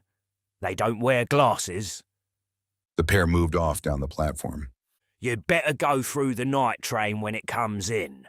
We'll keep on the lookout for 'em for a few days more until we get word one way or the other. The boss would be sore if they got through on us. Well, they haven't got through yet. That's one thing certain. The two men moved out of earshot. Frank was tingling with excitement. He stepped toward the train, intending to go to Joe and tell him what he had heard. Then he hesitated. The rough-looking man who had searched the train might conceivably think he had been mistaken and might go through the train again. If he saw the two lads together, he might be suspicious. Spectacles or no spectacles. So Frank sauntered unobtrusively up and down the platform until it was time for the train to leave. Then he swung himself on board, but not until the train was actually pulling out did he rejoin his brother. What kept you? Asked Joe, looking up. Frank sat down and in a low voice recounted the incident of the platform. Joe listened in almost incredulous surprise. So it looks as though we've run the gauntlet at last, concluded Frank. Boy, it was certainly a bright thought of yours that we wear spectacles on this trip. He would have spotted me in a minute. It was luckier still that we weren't together when he walked all through the train. If he had told that black-bearded man that there were two boys sitting together, they might both have gone back for a second look at us. Well, we got out of it all right. I don't think there's anything more to be feared. Not until we reach Lucky Bottom. I wonder what we'll bump up against there. Plenty, by the looks of things so far. The train continued on its laborious way through the mountains. It passed through little mining villages, abandoned camps, climbing on up to higher altitudes until, late in the afternoon, the Hardy boys heard the cry for which they had been waiting so long. Lucky Bottom! Lucky Bottom! Chapter 11, Fenton Hardy's Story. Lucky Bottom was a particularly desolate place in the wintertime. It was not especially prepossessing at any season, but when the cold winds blew down from the rocky mountainsides and when snow drifted deep in the narrow street, Lucky Bottom seemed like a deserted village.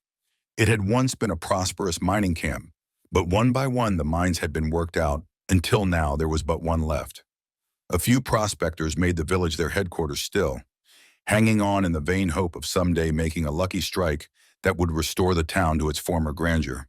But the general impression prevailed that Lucky Bottom's days were numbered. There were a few gaunt, hard-bitten individuals on the station platform when the Hardy boys got off the train. They were the only passengers that day, and evidently it was unusual for anyone to alight at Lucky Bottom, because the loungers stared at them as if they were beings from another world. Can you tell me where Hank Shale's cabin is? Asked Frank of one of the men, leaning against the station. The native shifted his chew of tobacco, spat into the snow, and reflected. Straight down Main Street, he said. Then you start climbing the hill. When you get to the top of the hill, you'll find Hank's place. You can see it from here. He conducted them to the end of the platform and pointed to the top of a hill back of the collection of shacks comprising the town. The boys could see a small log cabin, almost hidden by trees and almost buried in the snow. The distance was not great, so Frank and Joe, after thanking the man who had directed them, started off toward the cabin. They went through Lucky Bottom, which was nothing more than a collection of shacks and cabins ranged on either side of a wide street, and struck out up the hill until the street came to an end. There they followed a narrow path through the snow until at length they reached Hank Shale's place. Their approach had evidently been seen because the door opened as they neared the cabin, and an elderly man with heavy, drooping mustache stood awaiting them. You the Hardy lads? He inquired in a piping voice. Yes, this is Mr. Shale's place, isn't it? Returned Frank. Come in! Come in! Invited Hank Shale, standing aside to let them enter. We've been expecting you this last day! The boys entered a small two-roomed cabin, a typical bachelor's residence, which, however, was kept scrupulously neat. They had barely time to look around before Hank Shale led the way to the adjoining room. Your father's in here, He said. Come along. They followed the man into the bedroom, and there they saw Fenton Hardy lying on a small cot. He sat up in bed as they entered and held out his hand. Hello, sons. He greeted them with his cheerful smile. Glad to see you.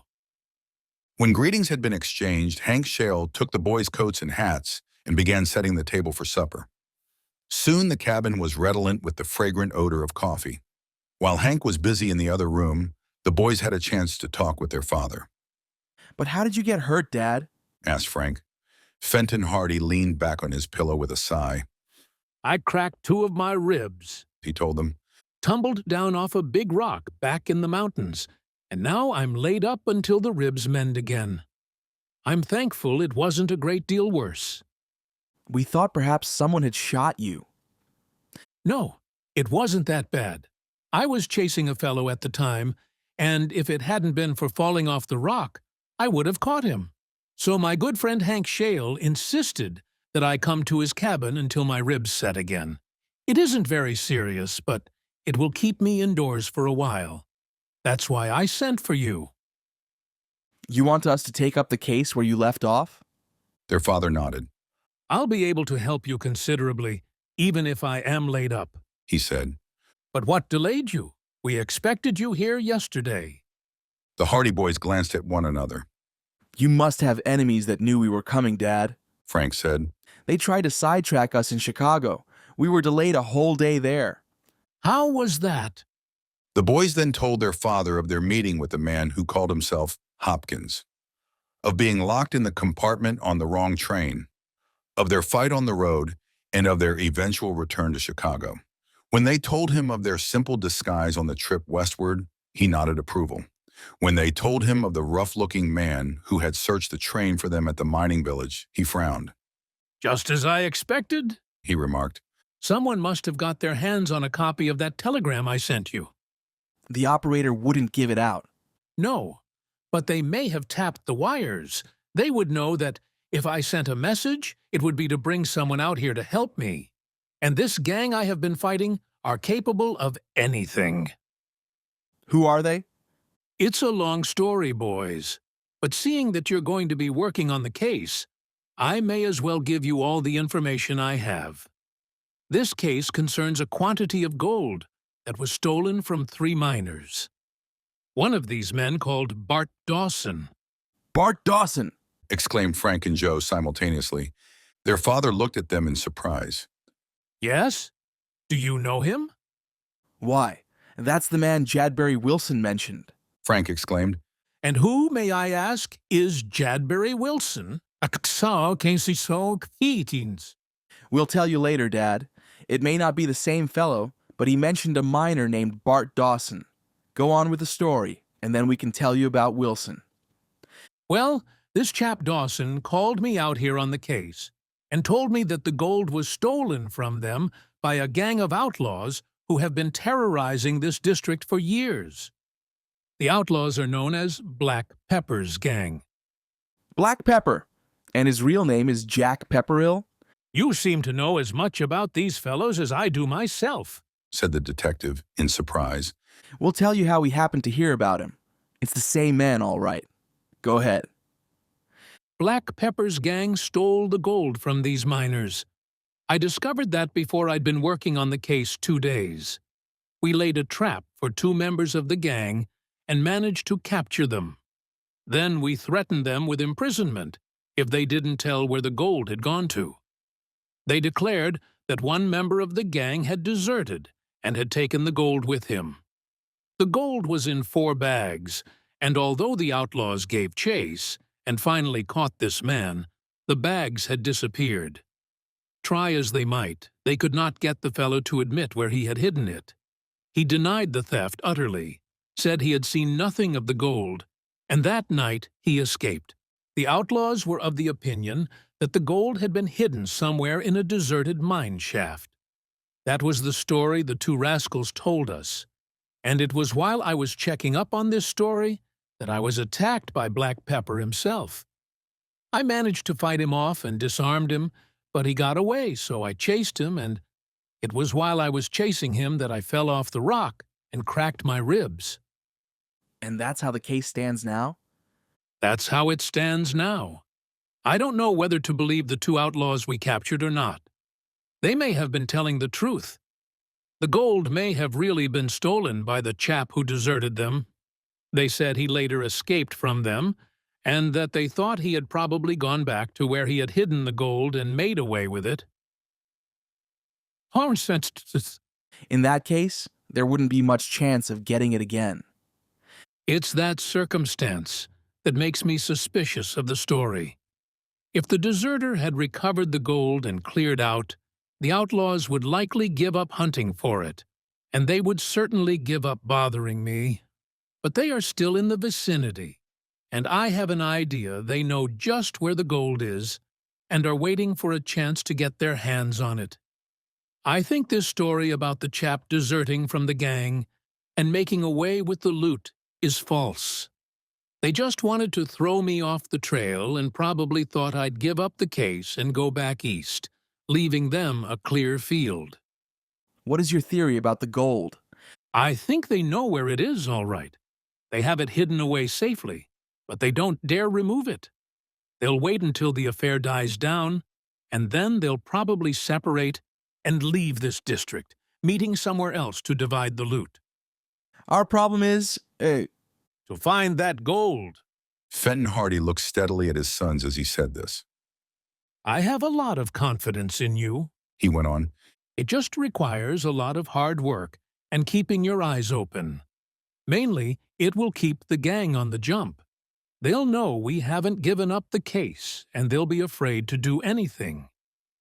And now, he said, you might tell me how you happen to have heard the names of Bart Dawson and Black Pepper before. Frank and Joe then told their father of their meeting with Jadbury Wilson, the old miner who said he had once lived in Lucky Bottom. They deemed it best not to mention the fact that Jadbury Wilson suspected Bart Dawson of stealing from him. If Bart Dawson were back in Lucky Bottom, they felt safer in reserving this bit of information. They merely told their father that Wilson had mentioned the names of Dawson and Black Pepper, among others, as having lived in Lucky Bottom at the time he had been a miner there. What kind of chap is Dawson? Asked Frank. One of the finest, declared their father promptly. He is a real square shooter. As the miners would say, the loss of the gold has broken him all up. He told me he had had hard luck all his life, and now that he had a fortune within his grasp, it was heartbreaking to lose it again. Frank could not help thinking that life had evidently paid back Bart Dawson in his own coin. He had stolen a fortune from Jadbury Wilson after Wilson had endured hard luck for years. Now he was getting a taste of his own medicine. Still, it seemed strange that Fenton Hardy should be so convinced of Dawson's honesty if he were the type of man who would rob his own partners. Come and get it, piped Hank Shale from the next room. That's the supper call, laughed Mr. Hardy. You must be hungry after your journey. Better go and eat. Hank will bring me mine in here. Nothing loath, the two boys went into the combination living room and kitchen, where Hank Shale was already dishing out piping hot beans and stew from an enormous pot. What with huge slabs of bread, thickly buttered, and excellent coffee, the boys sat down to their supper with a will. They ate off tin plates and drank from tin cups, but they agreed that no meal could have tasted better. Even the food of the dining car on the train, exquisitely cooked and served though it had been, seemed somehow to lack the flavor of this meal in Hank Shale's mountain cabin. Hank, like most men who have lived a solitary existence, was a silent man. He said nothing throughout the meal, but as he watched the boys eat and as he responded to their request for second helpings, a slow smile crept over his wrinkled face. That's the best meal I ever ate, declared Frank emphatically when he had cleared his plate for the second time. Me too, agreed Joe. Glad you like it, said Hank Shale, deeply pleased. Chapter 12. The Cave-In. Next day, refreshed by their night's sleep, the Hardy boys set out on a systematic search for the hidden gold. There won't be much real detective work about this case, their father told them. It will be just a plain case of plugging along and searching high and low for that gold. It is hidden somewhere, or the gang wouldn't be staying around. Hunt in all the abandoned mine diggings, in any place where it might possibly be hidden. You may follow that line, or you may try to find where the outlaws are camping and possibly pick up some clues there. With this to go on, Frank and Joe Hardy left the cabin in the morning. They decided to explore some of the abandoned diggings first. It's like hunting for a needle in a haystack, said Frank. But we might have a bit of luck and stumble on the gold. They did not go down into the town because they knew that their presence in the camp would cause considerable talk, and although they had little doubt but that news of their arrival had reached the outlaws by now, they preferred to remain undercover as much as possible. Hank Shale had suggested searching the workings of an old mine just over the brow of the hill, and toward this place they went. There was a faint trail through the rocks, although it had long since been snowed over, but the boys managed to find the workings without difficulty. They felt the exhilaration of the clear, cold air and the excitement of at last being at work on the mystery of the hidden gold. The abandoned mine did not look very much like a mine. It was just a large pocket in the earth with a shaft that sank down into the darkness. The shaft was but a few yards across, and a rickety ladder led down into the hard rock. We may as well try this one for a start, suggested Frank. We can easily tell if anyone has been around recently. They had brought electric flashlights with them, and without further ado, Frank began to descend the ladder. Joe followed. Their descent into the abandoned mine was precarious, as at various places the rungs of the ladder were broken. But after descending about 40 feet, they came to the first and only level. The mine had evidently been a failure.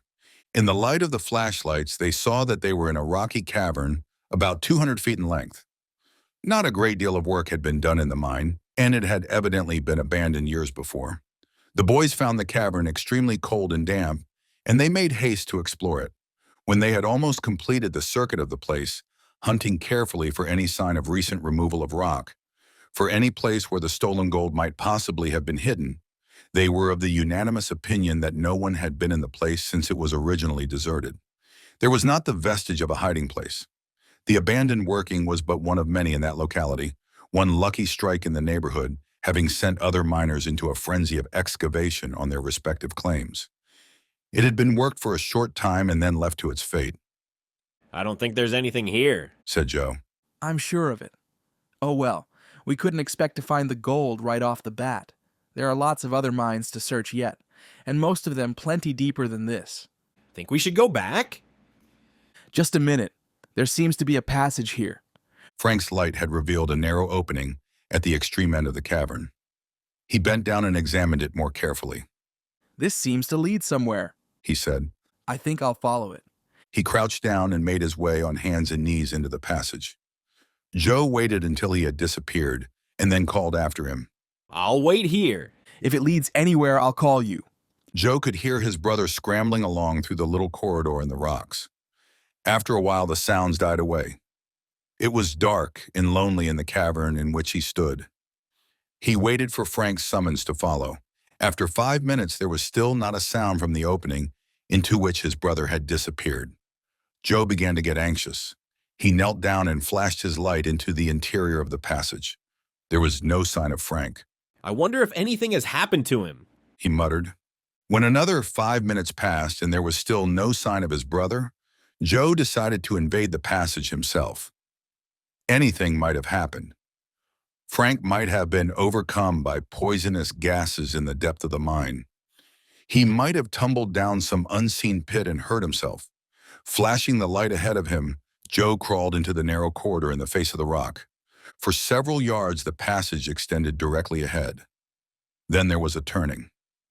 Examining the corridor, Joe saw that it was not a natural opening in the rock, but had been constructed by human hands, for the marks of pick and shovel were plainly visible.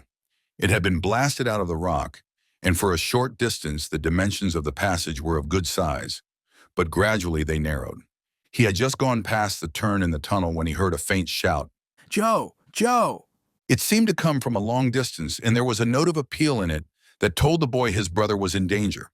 Scrambling on through the tunnel that seemed to open before him in the vivid circle of light, he made his way toward Frank. He heard the cry again, and this time it was louder.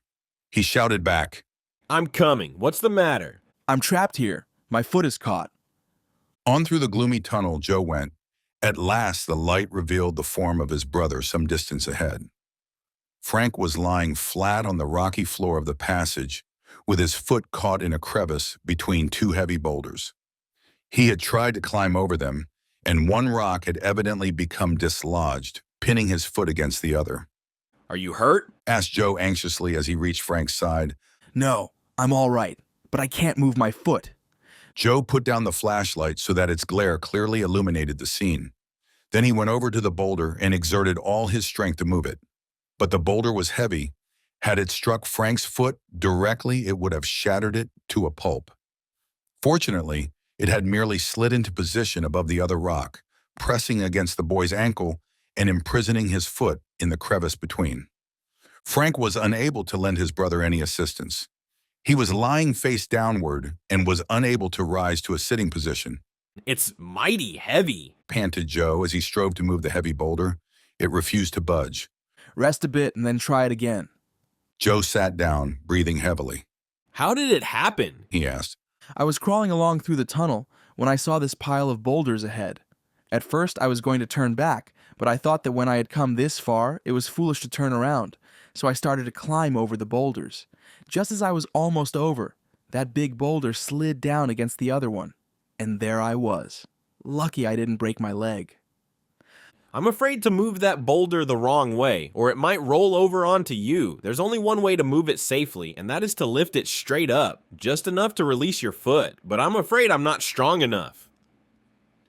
Try it again anyway. Again, Joe applied himself to the heavy rock. Although he strained and gasped in his efforts to move it, the boulder defied his efforts, and he was unable to budge it an inch. He made attempt after attempt, but it soon became evident that the effort was beyond his strength, and at last he was forced to sink back, exhausted, against the wall. He mopped his brow. Too heavy, he declared out of breath. Frank was silent. If we only had a crowbar of some kind, he suggested at last. It wouldn't be hard to move it then. Joe looked up. Why, I saw a crowbar back in the mine, he exclaimed. It will be the very thing. Go back and get it. You'll be able to move the boulder away without any trouble. Then we'll clear out of here. Joe picked up his flashlight and turned to retrace his steps into the main working of the mine. I'll only be a few minutes, he promised. Don't worry about me. I won't go away, said Frank with a laugh.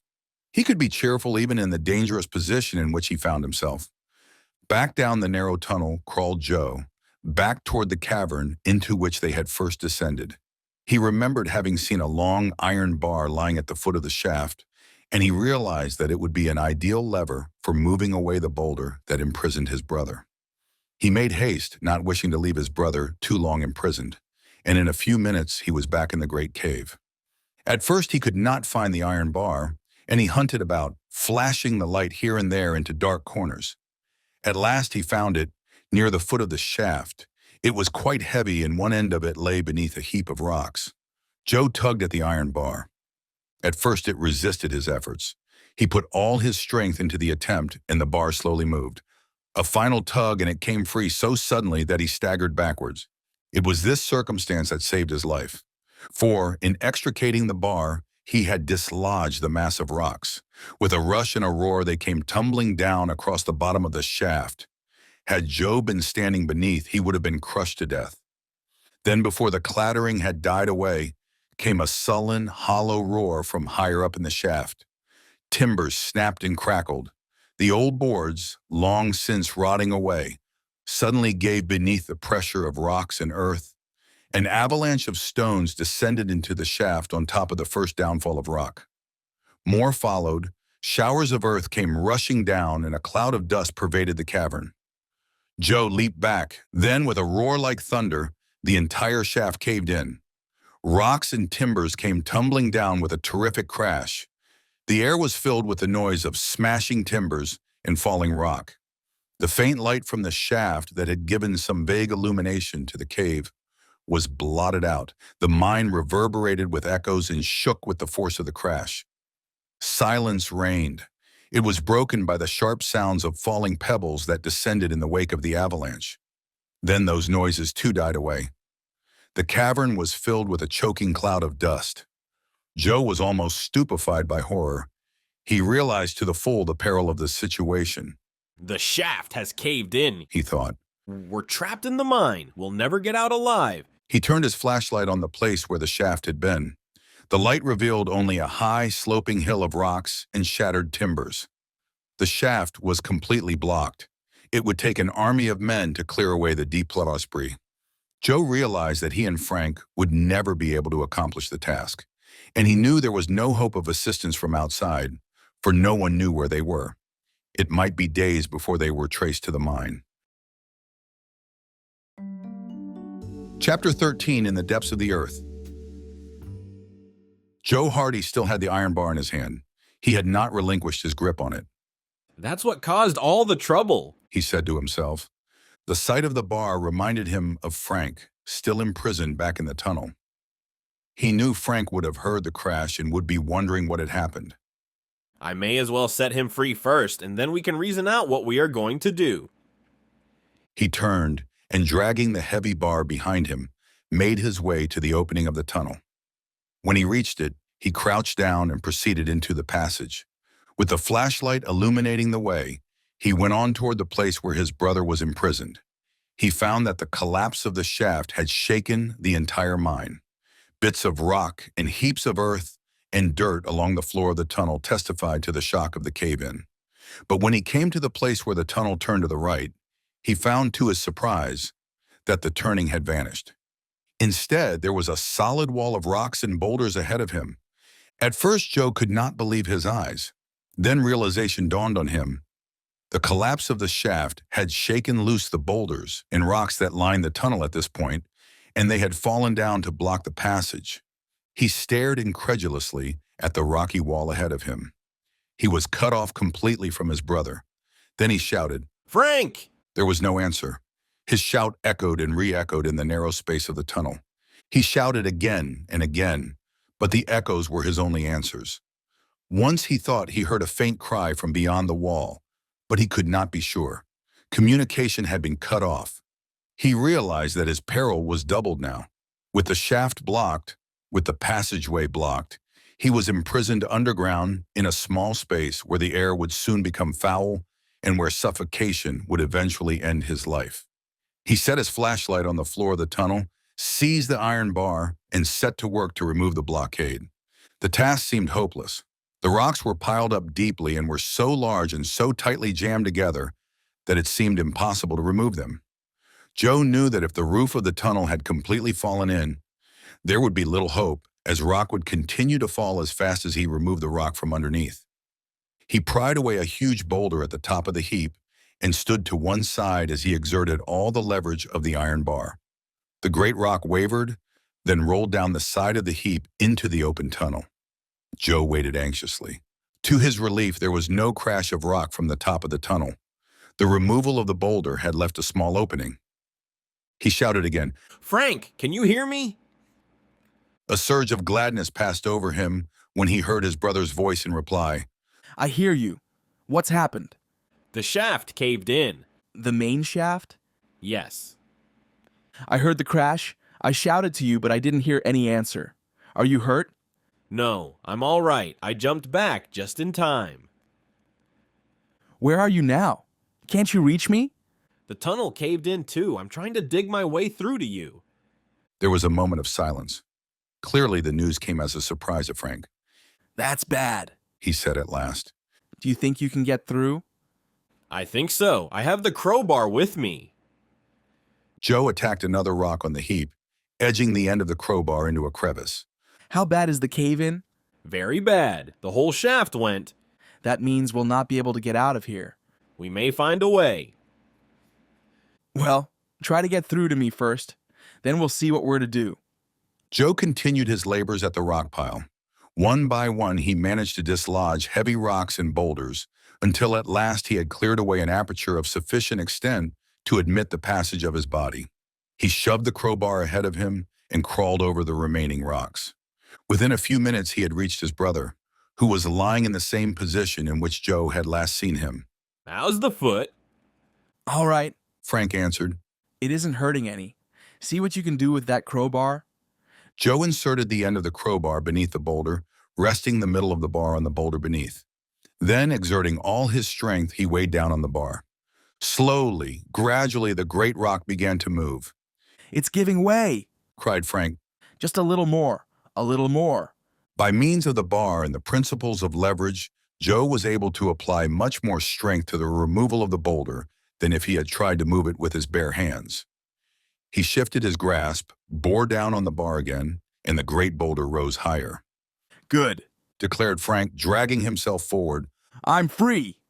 He extricated his foot from the crevice and Joe lessened his weight on the bar. The boulder fell back into place again, but Frank was no longer a prisoner. That's that. Frank ejaculated, scrambling to a sitting position and beginning to rub his ankle to restore circulation. I'm out of that little jam anyway, thanks to you and that crowbar. Joe sat down on a nearby rock. We're up against the worst dilemma now, He said. Frank looked grave. I know it. Still, there may be a way out. You say there's no use trying to get back up the shaft? None at all. The whole place caved in with a crash. What caused it?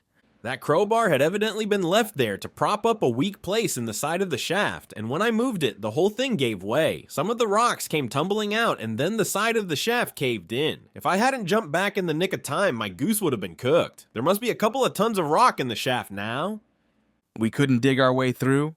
Joe shook his head. We'd be wasting time trying. I guess the only thing we can hope for is that somebody heard the crash and comes to see what happened.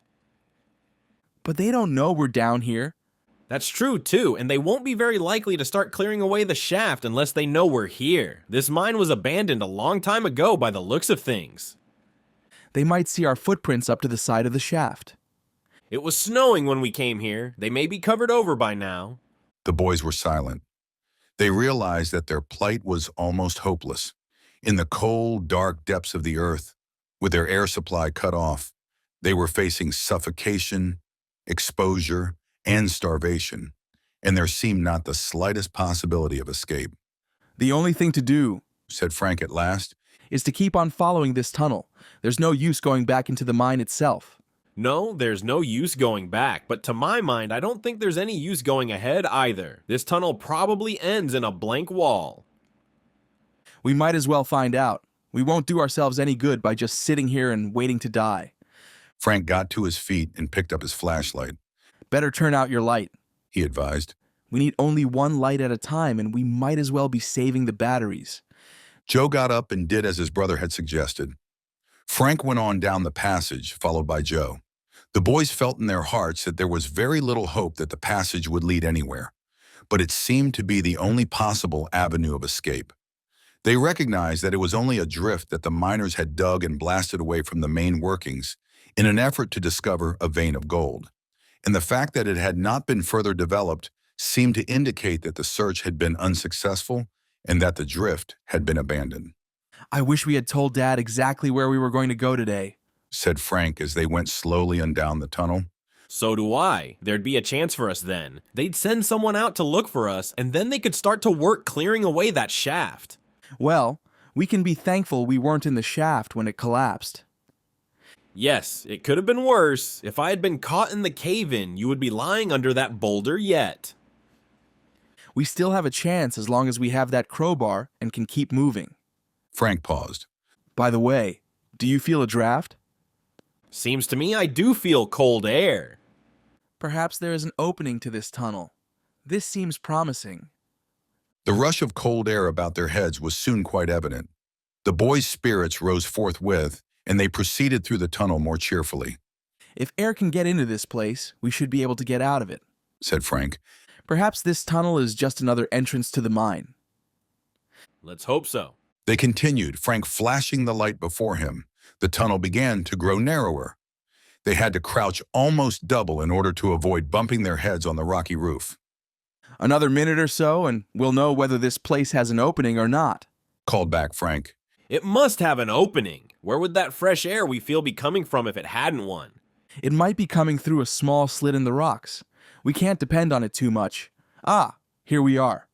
His light had disclosed the fact that they were at the end of the tunnel, but his tones immediately changed to a murmur of disappointment when he saw that the tunnel ended in a sheer wall of cold, wet rock.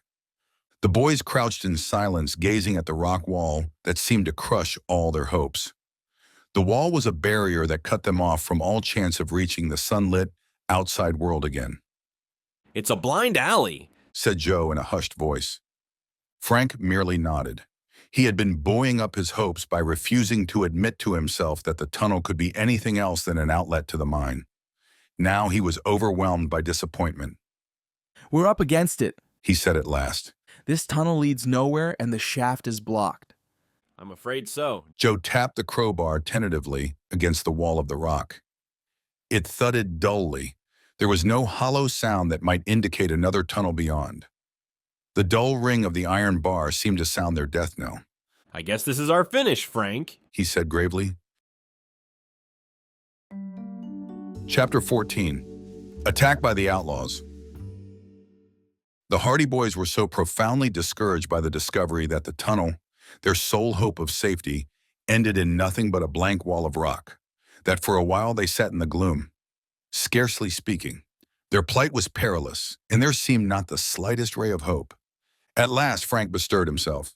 I'm still thinking of that gust of fresh air we felt farther back in the tunnel, he said. There is fresh air coming in somewhere. The air in here isn't getting foul. Let's go back and explore the tunnel again. We might find an opening of some kind. It won't be big enough for us to get through, predicted Joe gloomily. Well, we'll go and see anyway. The boys turned back. Frank took the lead again and they moved on. The flashlight cast its bright circle of illumination on the dank rock walls of their prison as Frank explored every inch of the sides of the tunnel. For a while their scrutiny met with no reward. The tunnel was unbroken by crevice or cranny. We must have passed the place by now, said Joe. I don't think so. We'll keep on trying. At last Frank gave an exclamation of satisfaction. He had felt a sudden rush of cold air against his face. It seemed to come from above and he stopped, flashing the light hither and thither. It's around here somewhere. I can feel the draft. There must be a big opening. The circle of light ceased wavering and rested finally on a place at the side of the tunnel toward the roof. It was just a dark patch, an indentation in the rock, but it was quite large and it seemed to indicate an opening of some kind. It was about 5 feet from the ground. I'll hold the light, Frank said. See if you can clamber up and investigate that place, Joe. He stepped back and directed the flashlight so that Joe was able to find a convenient foothold. Joe reached up and secured a grasp on the edge of the natural shelf of rock. Then he managed to scramble up the wall until he swung himself over the ledge.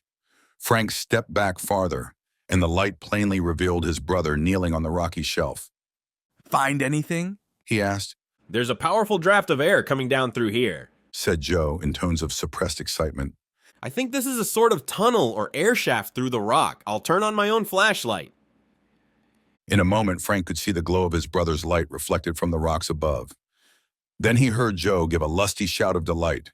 It leads on up, he called. It is a tunnel running at an angle, and I think it goes to the surface. Can you see any light? No, nothing, but I think it won't hurt to explore it. By the force of the cold air rushing down through here, I think it must lead to the top. I'm coming up. Joe disappeared up into the tunnel and Frank, putting his flashlight into his pocket, scrambled up to the shelf of rock. There he knelt and turned on the light again.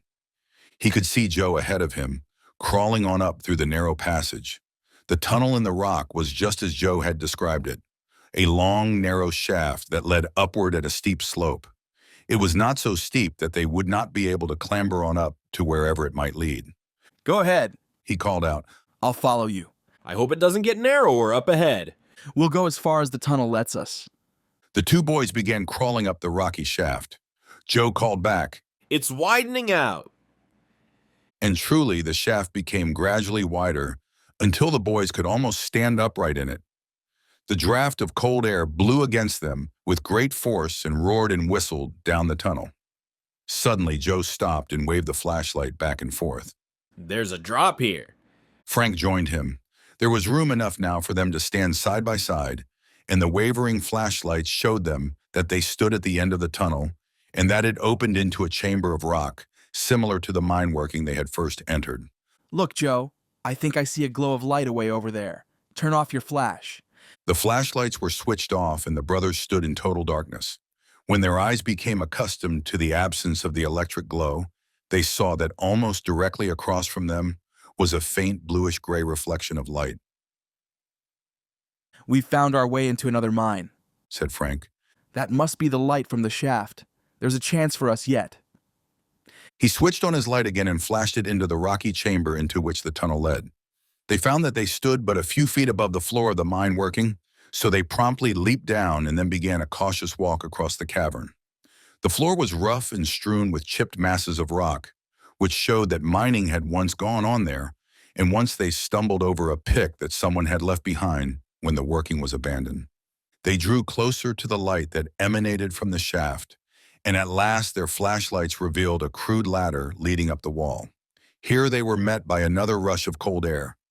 The draft created by the tunnel leading into the other mine was severe, and the wind whistled about the cavern.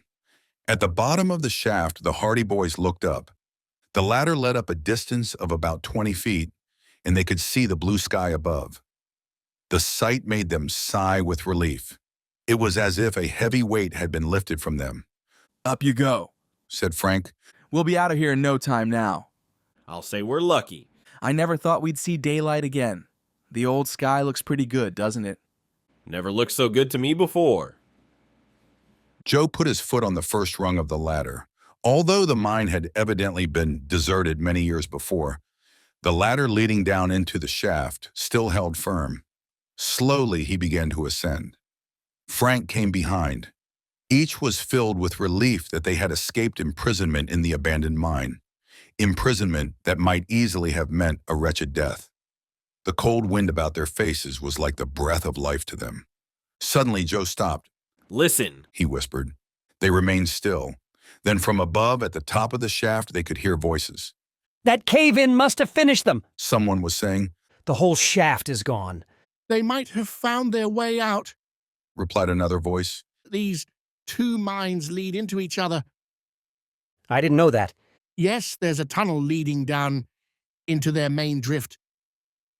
Oh, those kids would never find it. Probably they were crushed to death by the cave-in anyway. The voices died away as the men evidently moved back from the neighborhood of the shaft head. Someone has been looking for us, said Joe in a low voice. They've given us up for dead. They'll get a surprise when we pop up out of the ground. Evidently, they weren't going to try to dig us out. Go on up.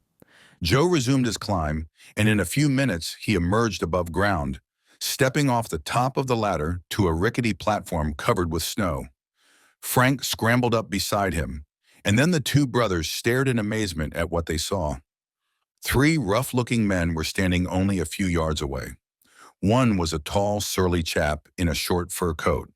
He was badly in need of a shave, and his brutal chin and heavy jowls were black with a stubble of beard. The other two were short and husky of build. One was clean-shaven and thin-featured. The other had a reddish mustache. About the waist of one of the men, the thin-featured fellow, was a belt with a holster from which projected the butt of a revolver. The three were villainous in appearance. As though some sixth sense warned the men that they were observed, they whirled about and confronted the Hardy boys. The men were as surprised as the lads. Both Frank and Joe realized that there was something unsavory about the strange trio, and when they saw the thin-featured man suddenly reach for his revolver, they knew that they were confronting not friends but enemies. That's them, shouted the man in the fur coat excitedly. Grab them! And with that, he began to run toward the two boys. No shooting! He shouted to the thin-featured fellow, who promptly shoved his revolver back into the holster. Run for it, muttered Frank. He wheeled about and commenced to run down the hillside in the general direction of the town. The snow was deep and it hampered their movements, but the pursuers also experienced this handicap. Frank and Joe were exhausted by their grueling experience in the mine, and they were unable to make good progress. The man in the fur coat came leaping after them, plowing through the snow recklessly. He gained rapidly on them. Stop or we'll shoot. This was but a bluff, and the Hardy boys recognized it as such. They raced madly on through the deep snow that clung to their limbs and held them back. Joe was lagging behind, unable to keep up the pace. The man in the fur coat was only a few feet back of him. The fellow leaped ahead and sprang at Joe in a football tackle that brought the boy down. The pair went rolling over and over in the snow, kicking and scrambling. Frank stopped and turned back. He could not desert his brother, and he was prepared to be captured with him at the expense of his own freedom. He met the thin-faced man who led the other pair of pursuers with a slashing blow in the face that knocked the man off his balance so that he tumbled backward into the snow with a grunt of pain and amazement. The short, stocky man came on with a growl. Frank swung and missed.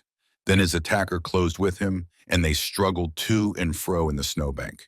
His assailant twined one foot about Frank's leg, and they toppled over into the snow. By that time, the thin man had scrambled to his feet and again launched himself into the struggle.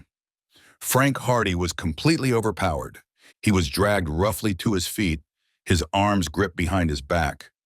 Joe had been no match for his more powerful antagonist, and he too had been forced to submit to capture. The trio held the boys in their power. What do we do with them? Asked the thin-faced man gruffly. Bring 'em back to the mine first, said the fellow in the fur coat. I guess the boss will want to see these birds. Frank and Joe were roughly bundled up the hillside again by their captors. All the time, Frank's mind was in a whirl. Who were these three men? Why had they attacked them? Why had they been hunting for them in the first place? And who was the boss they spoke of? In due time, they reached the shaft head again, and there the man in the fur coat faced them. Who are you two boys? He demanded. Who are you? Countered Frank. That doesn't matter. What's your names? Tell us yours first. What were you doing in that mine? What did you attack us for? Why are you keeping us here? The man in the fur coat became impatient at receiving questions instead of answers. Are you the Hardy boys? He asked. Sons of that detective? Try and find out. We'll find out all right, declared the man in the fur coat threateningly. We'll take you to somebody that'll make you talk. You'd better let us go, or the whole three of you will find yourselves in jail, said Frank. The man laughed shortly. No fear, he said. Not in Lucky Bottom, at any rate. He turned to the other two men. Keep these boys here, he ordered. I'll be back in a while. Don't let them get away. Where are you going, Jack? Asked the thin-faced man. I'm going to get Black Pepper. He'll make these birds talk. With that, the fellow stalked away through the snow. Frank and Joe glanced quickly at one another. They knew now the explanation of their capture. They were in the hands of three members of the gang of the notorious Black Pepper, the Outlaw. Chapter 15, The Trap. The man of the thin features produced the revolver from its holster and sat down on a snow-covered rock near the top of the shaft. He held the weapon negligently, but there was no doubt that he could level it at the Hardy boys in a second if they attempted to escape. You can sit down if you want, he said. His partner still retained a tight grasp on Frank. Let him go, Shorty. I've got this gun here and I guess they won't try to get away. We may as well be comfortable. The fellow addressed as Shorty moved away from Frank and sat down by his companion. The Hardy boys found a heap of rocks nearby and seated themselves. They knew there was no use of attempting to escape as long as that ugly-looking revolver was in the hand of their captor. Say, Slim, remarked Shorty, do you think Black Pepper is at the camp? The other man nodded. Yeah, he came back this morning. Slim looked up at the Hardy boys. What were you guys looking for in that mine, anyway? Oysters, replied Frank with a grin. None of your funny stuff, rapped out Slim. We'll make you talk soon enough. We know what you're after. What did you ask us for, then? Asked Joe. The outlaws were silent. They saw that nothing was to be gained by seeking information from the lads. They were content to await the return of Black Pepper and their companion Jack. Frank and Joe Hardy sat on the snow-covered rocks in silence. Slowly, Frank put his hand behind his back and began to grope about among the rocks. He knew that they were loose and that they were of various sizes. The idea had occurred to him that if he could but use one of them as a weapon, he might be able to disarm Slim and perhaps effect his escape and that of his brother. Bit by bit, he groped about. One rock was too large for him to grasp. Another was too small to be of any use. Finally, his hands closed about a good-sized stone that came from the rest of the pile without much difficulty. He calculated the distance and eyed the revolver warily. Frank had been pitcher on the Bayport High School 9 and the accuracy of his aim had often been the despair of opposing batsmen. Now he called on all his skill. Without moving from his position, he suddenly brought up the rock and flung it with all his strength directly at the revolver in Slim's hand. The outlaw's grip on the weapon had relaxed in his indifference, and when the stone struck its mark, full and true, the gun went flying into the deep snow. "Come on, Joe," shouted Frank, scrambling to his feet.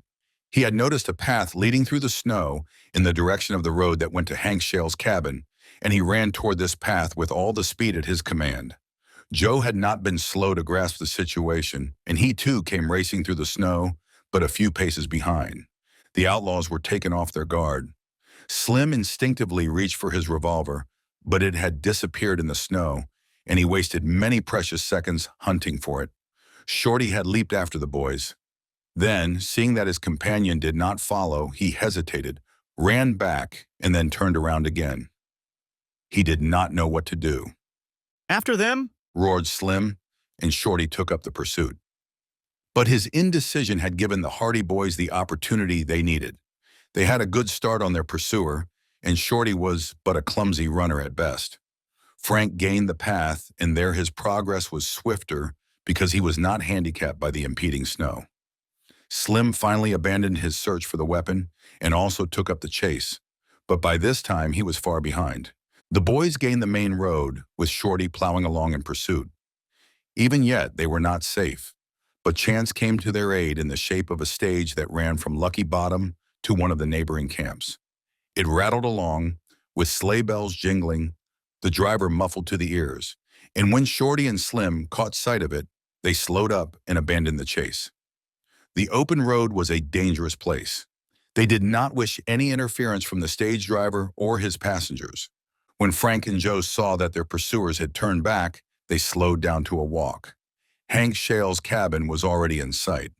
"We gave them the slip, all right," declared Frank jubilantly. "I'll tell the world we did. Black Pepper and the other fellow will be hopping mad when they come back and find that we've escaped." "We'll have to be on the lookout for them from now on. They won't stop until they do lay their hands on us." "Perhaps it's just as well. We can be on our guard. If we weren't expecting anything wrong, we'd be liable to walk right into their arms." When the boys reached the cabin, they found their father and Hank Shale greatly worried by their prolonged absence. They told of their descent into the abandoned mine, of the cave-in, and of their subsequent escape, of their capture by Black Pepper's men, and of their getaway. Mr. Hardy looked grave. "I think we'd better drop the case," he said finally. "It's too big a risk to take." "Why?" asked the boys in surprise. "You might have been buried alive in that mine in the first place. I would never have forgiven myself. And now that you have run up against Black Pepper's gang, they'll be out to get you. I don't want to be responsible for making you run those risks." "We won't drop the case," laughed Frank. "It's just getting interesting now. We'll find that gold for you, Dad." "Don't worry about us," chimed in Joe. "We can look after ourselves. We probably won't be up against any worse dangers than the ones we face today." "Well," said Mr. Hardy reluctantly, "you've come all the way out here, and I suppose you'll be disappointed if I don't let you go ahead. But I don't want you to take any unnecessary risks." "I'm thinking they'll pull through all right," said Hank Shale solemnly. "Let the lads be Mr. Hardy."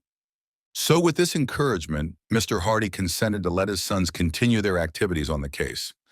Both Frank and Joe promised to take all due precautions, and next morning they resumed their search for the missing gold. During the days that followed, they explored several abandoned workings, but the hunt was fruitless. They succeeded only in getting themselves well covered with dirt and grime and would return to the cabin hungry and weary. There had been no sign of any members of Black Pepper's gang. But finally, Hank Shale, who had been down to the general store at Lucky Bottom one day, had news for them. "They be saying downtown," declared the old miner, "that Black Pepper and his gang have broke up camp." "Have they left Lucky Bottom?" asked Mr. Hardy quickly. Hank Shale shook his head. "Nobody knows. They had a camp somewheres back in the mountain, but they've all cleared away from it. Maybe the two lads here scared them." "They've likely just moved to a new camping place," remarked Frank. "I hope so," said Mr. Hardy. "If they've gone away, It means that the gold has gone with them. If they're still around, we have a chance yet. Frank and Joe said nothing, but when they went to bed that night, they talked in whispers in the darkness. What's the program for tomorrow? Asked Joe. We're going to find out if any of that gang are still around. Do you mean we'll go out looking for them? Sure, it's just as Dad says. If they've gone away, the gold has gone with them. If they're still hanging around, we'll know there's still a good chance of finding it ourselves. Where shall we look? Up in the mountains. We can look around for trails in the snow. Suits me, as long as they don't catch us.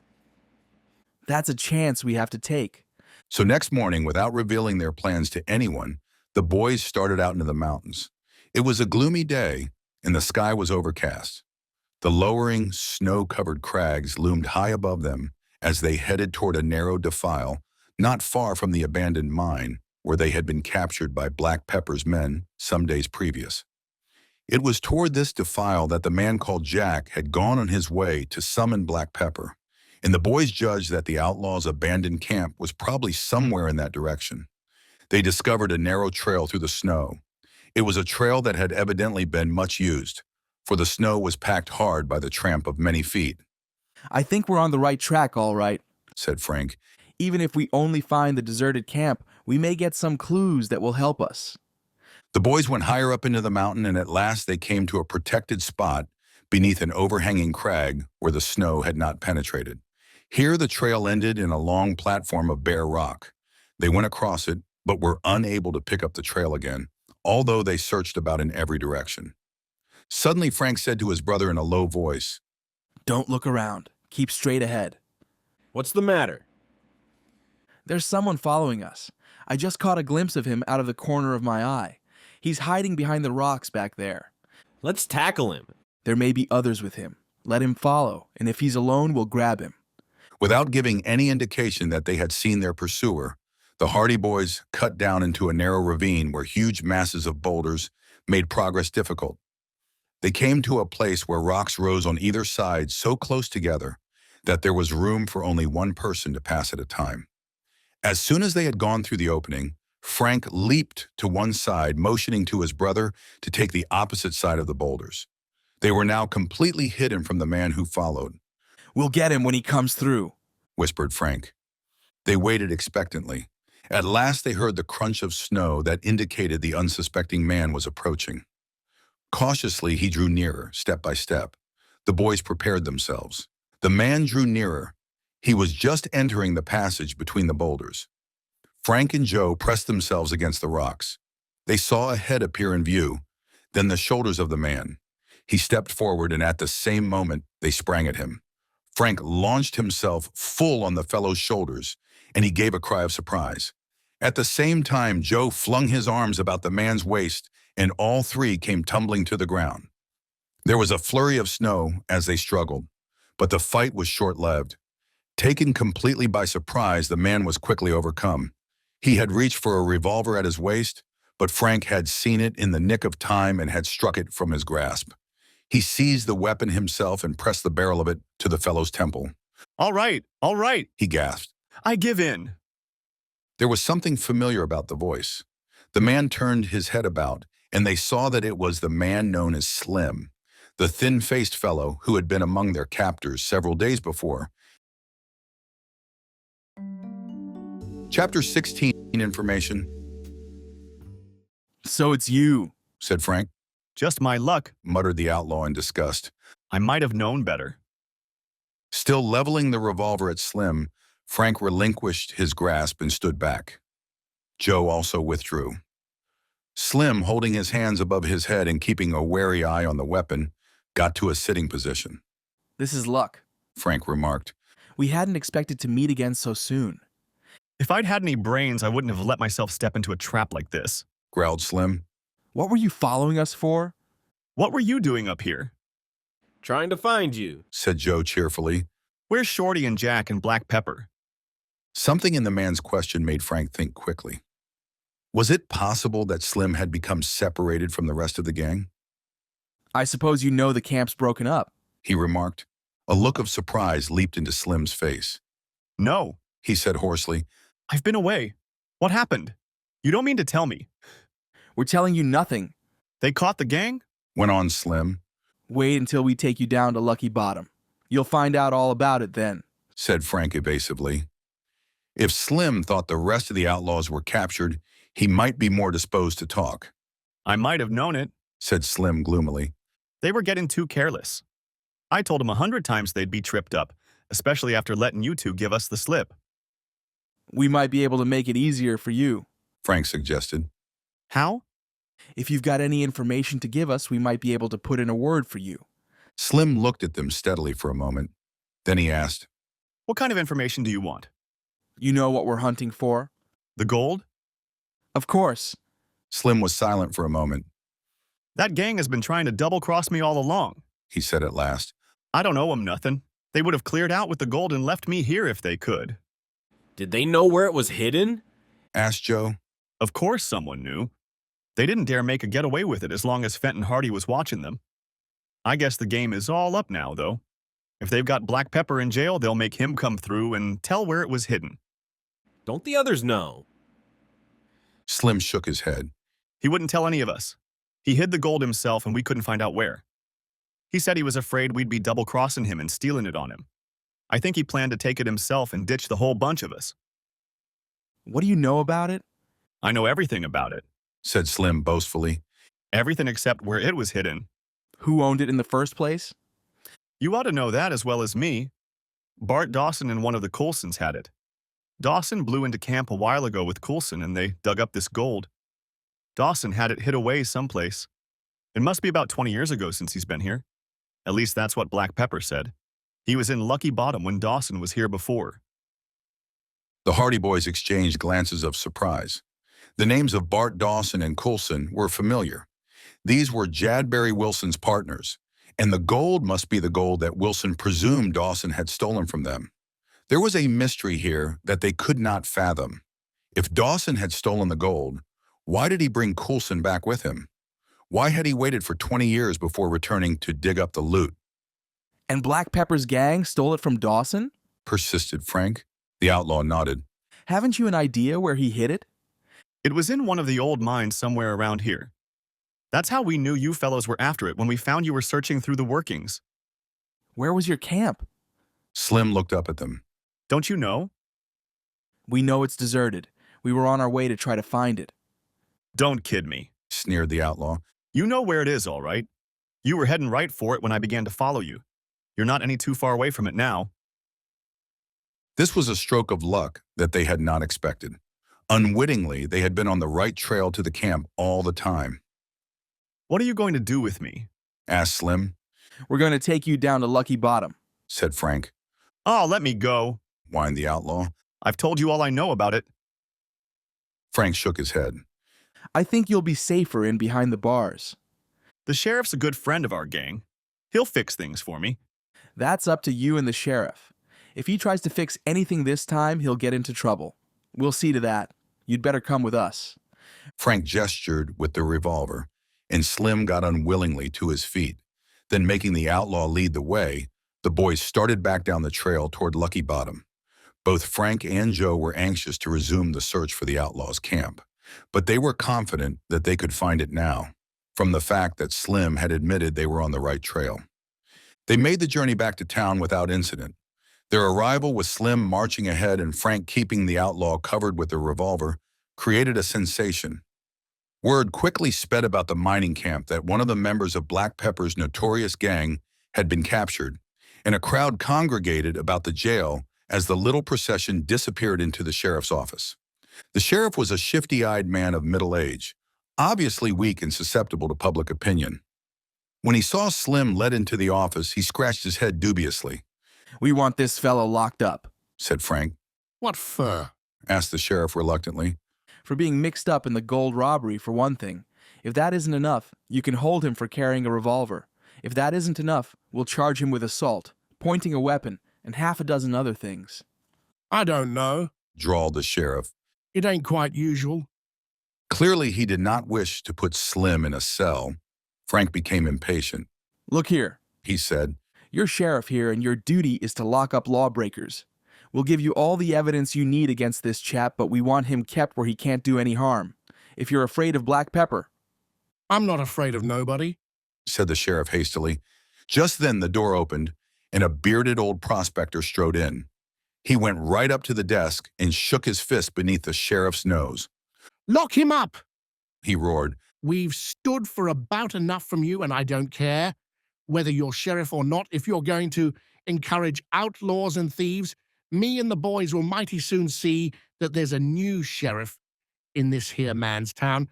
Frank and Joe then saw that other miners were standing in the doorway, crowding against one another, muttering truculently. The sheriff blinked, wavered, and finally gave in. "I just wanted to make sure it was all right," he muttered. "Don't want to lock anybody up that don't deserve it. You know mighty well that Slim Briggs deserves it if anyone in this camp ever did," retorted the old miner. "Lock him up." The sheriff took a ponderous bunch of keys from his pocket and unlocked a heavy door leading to the cells. "This way, Slim," he said regretfully. Slim Briggs followed him into the cell.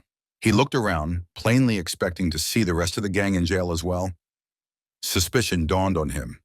"Where's the others?" he demanded wrathfully. "What others?" asked the sheriff mildly. "Black Pepper, the rest of the boys." "They ain't here." Slim gaped in astonishment. "They ain't here?" he shouted finally. "Why, those boys told me they'd all been rounded up. I spilled everything I knew just so I'd get let off easy." "You're the only one that's been pinched," said the sheriff. "So far," added Frank pointedly. Then as Slim Briggs burst into a wild outbreak of bitter recrimination against the way in which he had deceived himself, the boys withdrew and the cell door clanged. The old miner laughed and slapped Frank on the shoulder. "I guess Bart Dawson come along just in time," he declared. "Sheriff would have let that bird go if I hadn't got the boys to back you up." He turned to the sheriff. "We've seen that Slim is in jail," he said. "You're responsible for keeping him there if he gets out." He snapped his fingers ominously. "It means a new sheriff in Lucky Bottom." Chapter 17, The Outlaw's Notebook. "Are you Bart Dawson?" asked Frank. "That's me," said the old man. "I'm the fellow they stole that their gold from." The Hardy boys looked curiously at the old miner. From what they had heard of Bart Dawson from Jadbury Wilson, they had been prepared to dislike him. But he appeared so genial and friendly, and his grizzled old face was apparently so honest that they could not help but feel drawn to him. He certainly did not look like the sort of man who would desert his partners and rob them in the way Jadbury Wilson had described. Still, the evidence seemed all against him. He had betrayed his comrades and decamped with their gold, according to Wilson's story. But why, argued Frank, should he wait 20 years to return for the wealth he had hidden? Why should he return with one of the Coulsons? Could it be possible that the pair had been in league with one another against Jadbury Wilson? The mystery defied explanation, but the more Frank looked at the jovial, honest face of the old man before him, the more he was convinced that Bart Dawson had none of the earmarks of either thief or traitor. "We've got one of them behind the bars now," said Dawson, rubbing his hands with satisfaction. "I only wish we had 'em all." "Perhaps we will have them all before long," remarked Frank. "We've run across a few clues that may lead to something." "That's good. That's good," declared the old man. "Do your best, lads, and you may be sure Bart Dawson won't forget you." Frank and Joe forbore any mention of the name of Jadbury Wilson. It was best, they decided, to keep that information to themselves until they should learn more about the affair of the stolen gold. They had long since learned that one of the axioms of successful detective work is to listen much and say little. Accordingly, they bade goodbye to Bart Dawson and left the jail. "Where to?" asked Joe. "Back to where we caught Slim Briggs. We were on the right trail to the camp."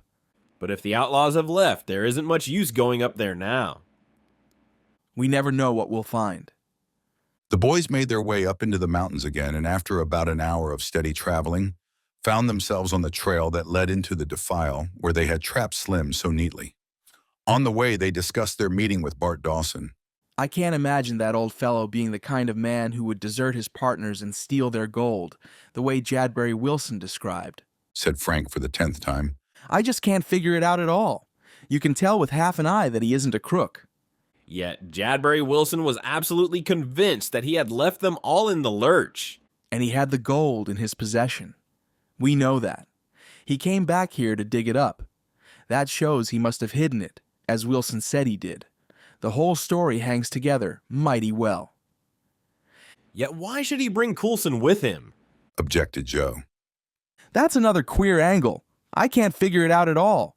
I think we should see Coulson and tell him what we know. Tell him what Jadbury Wilson told us and ask him about it. That's the best idea, but isn't it strange how Jadbury Wilson, away back in Bayport, should be connected with this case, away out here in Montana? It's a coincidence, all right. We just seem to have blundered into the affair from both ends. Bart Dawson and Coulson know a lot that we don't know. But then we know a lot that Bart Dawson and Coulson don't know. I think we hold the advantage. Tomorrow we'll try to find Coulson's. The boys were going down the defile now, and they passed between the overhanging rocks where they had captured the outlaw.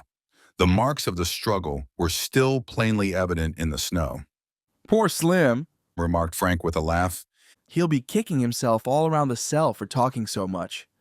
He was nicely fooled. He was sure the rest of the gang were all in jail. We didn't tell any lies about it. He took it for granted that the outlaws were arrested. All we did was to look wise and let him keep on thinking so. The boys chuckled at the recollection of the ease with which the dull-witted Slim had been duped. If only the rest of them are that easy, said Frank.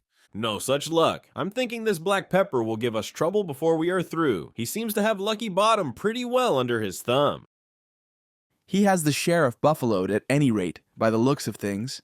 If Bart Dawson hadn't shown up when he did, I don't think Slim Briggs would have been put in jail at all. The trail now led toward a clump of trees, and here there were evidences of recent habitation. Some of the trees had been chopped down, presumably for firewood, and the stumps rose above the level of the snow. There were numerous footprints about the little grove, and in some places the snow was closely packed down. As the boys drew closer, they caught a glimpse of a small cabin in the midst of the grove. We'll go easy from now on, said Frank quietly. Some of them may have come back. The boys went cautiously forward, keeping to the shelter of the trees as much as possible.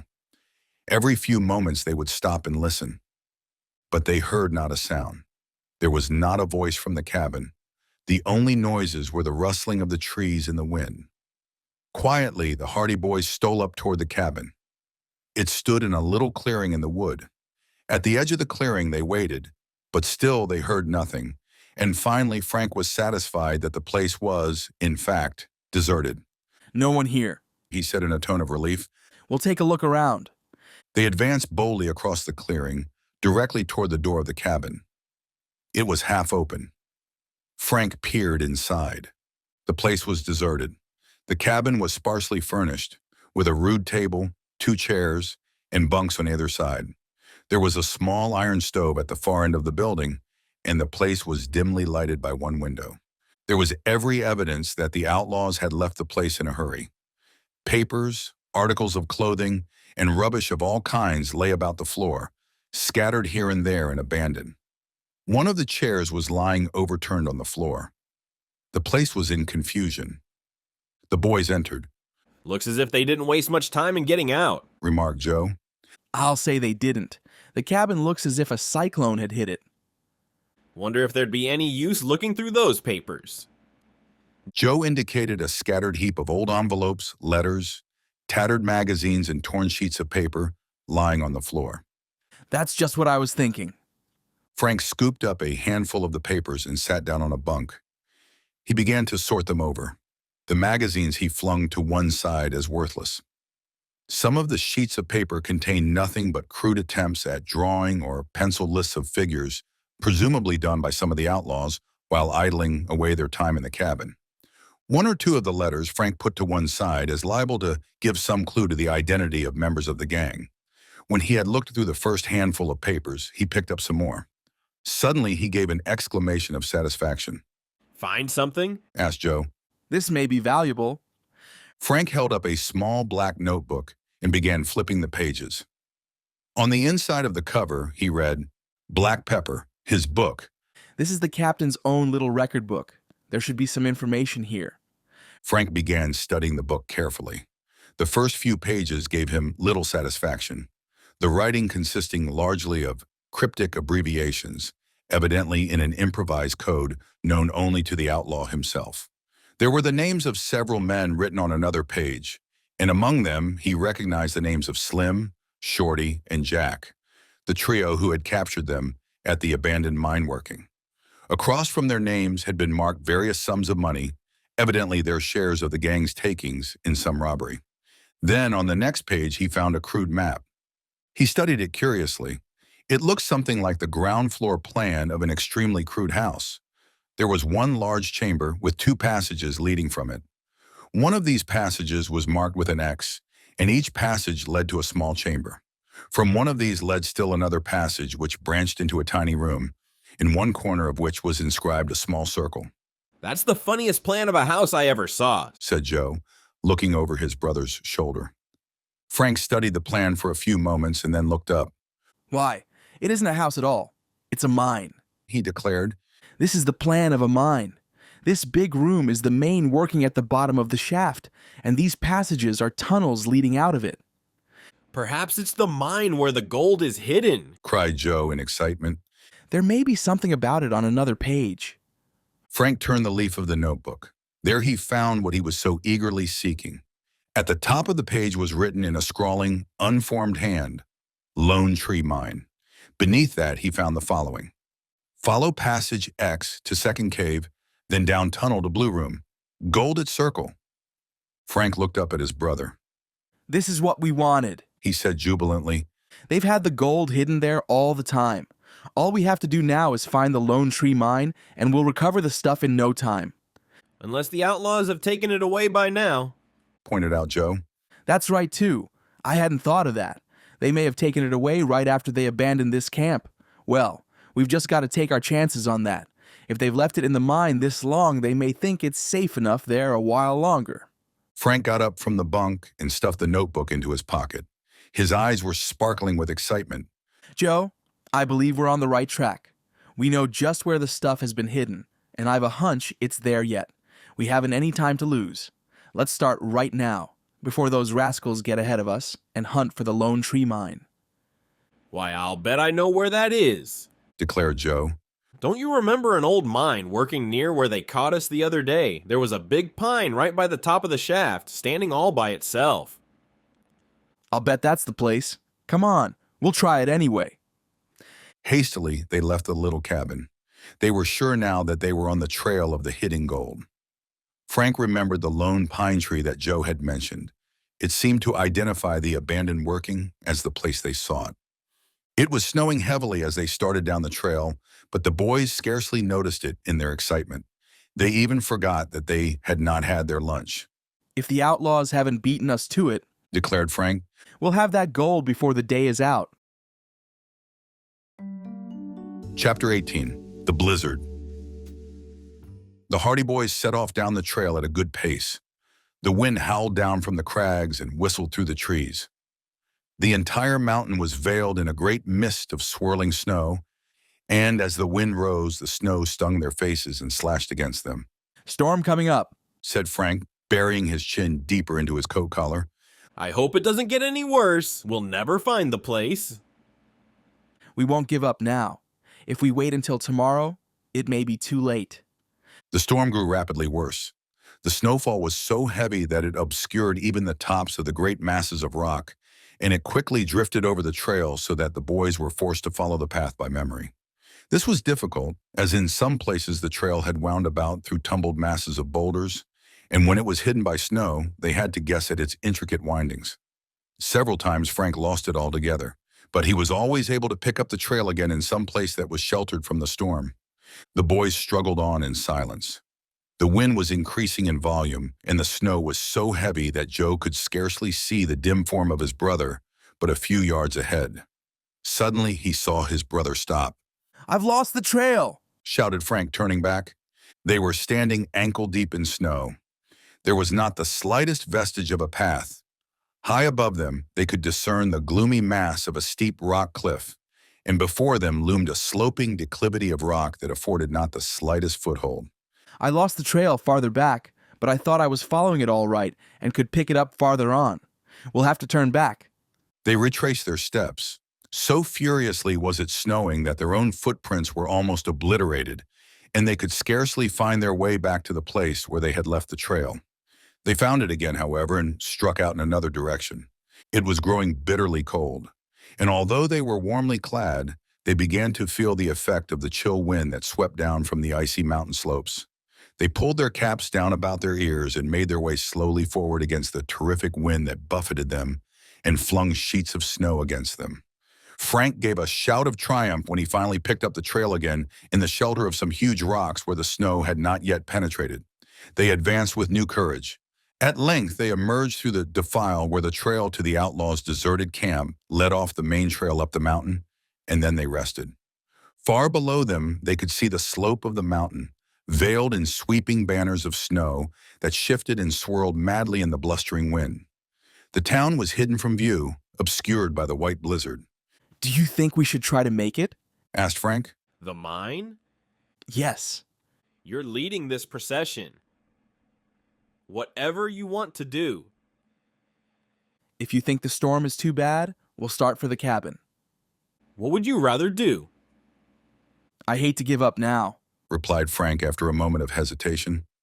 I feel the same way about it, Joe said. I vote we try to find the mine. Once we get there, we'll be able to get in out of the storm anyway. I thought you'd say that, laughed Frank. We'll head for the Lone Tree Mine then. As far as I can remember, it is just below us, and then over to the right. We'll find it, I guess. They started down the slope, but once they left the shelter of the rocks where they had rested, they found that the fury of the storm was increased tenfold on the mountainside. The full force of the blizzard struck them. The wind shrieked with 1,000 voices. The snow came sweeping down on them as though lashed by invisible whips. The roar of the storm sounded in their ears, and the fine snow almost blinded them. It's worse than I thought, muttered Frank. The slope was steep and precipitous. They could not distinguish the details of the trail other than as a vaguely winding path that led steadily downward. Frank lost his footing on a slippery rock and went tumbling down the declivity for several yards before he came to a stop in a snowbank. He got to his feet slowly and limped on, suffering from a bruised ankle. The trail wound about a steep cliff and he skirted the base of it, then disappeared between two high masses of rock. Joe could dimly see the figure of his brother, and he hastened on so as not to lose sight of him. But when Joe came around the rocks, he was confronted by an opaque cloud of snow, like a huge white screen that had dropped from the skies. He could not see Frank at all. He followed the trail as well as he could, but in a few moments he came to a stop. He was out on the open mountainside, and the winds at this point converged so that the snow seemed to be swirling about him from all sides. The faint trail had been wholly obliterated. He shouted, Frank! Frank! But the wind flung the words back into his teeth. A feeling of panic seized him for a moment, but he quickly calmed himself, for he realized that when Frank looked behind and saw they were separated, he would retrace his steps. He went on uncertainly a few paces, until it occurred to him that he might be wandering in the wrong direction, and that if Frank did turn back, he might not be able to find him. So he tried to return to the trail again, but the snow was falling so heavily by now that he seemed to be wandering in an enormous gray void, from which all direction had been erased. He was hopelessly lost, so he stood where he was and shouted again and again. There was no answer. He could only hear the constant howling of the wind, the sweep and swish of snow. Once he thought he heard a faint cry from far ahead, but he could not be sure, and although he listened intently, he could hear it no more. As he stood there on the rocks, with the snow sweeping down on him and with the wind howling about him, with only the gaunt, gloomy shapes of the boulders looming out of the heavy mist of storm, Joe felt the icy clutch of the cold, and he began to beat his arms against his chest so as to keep warm. He knew the danger of inaction in such a blizzard. Anything was better than remaining where he was.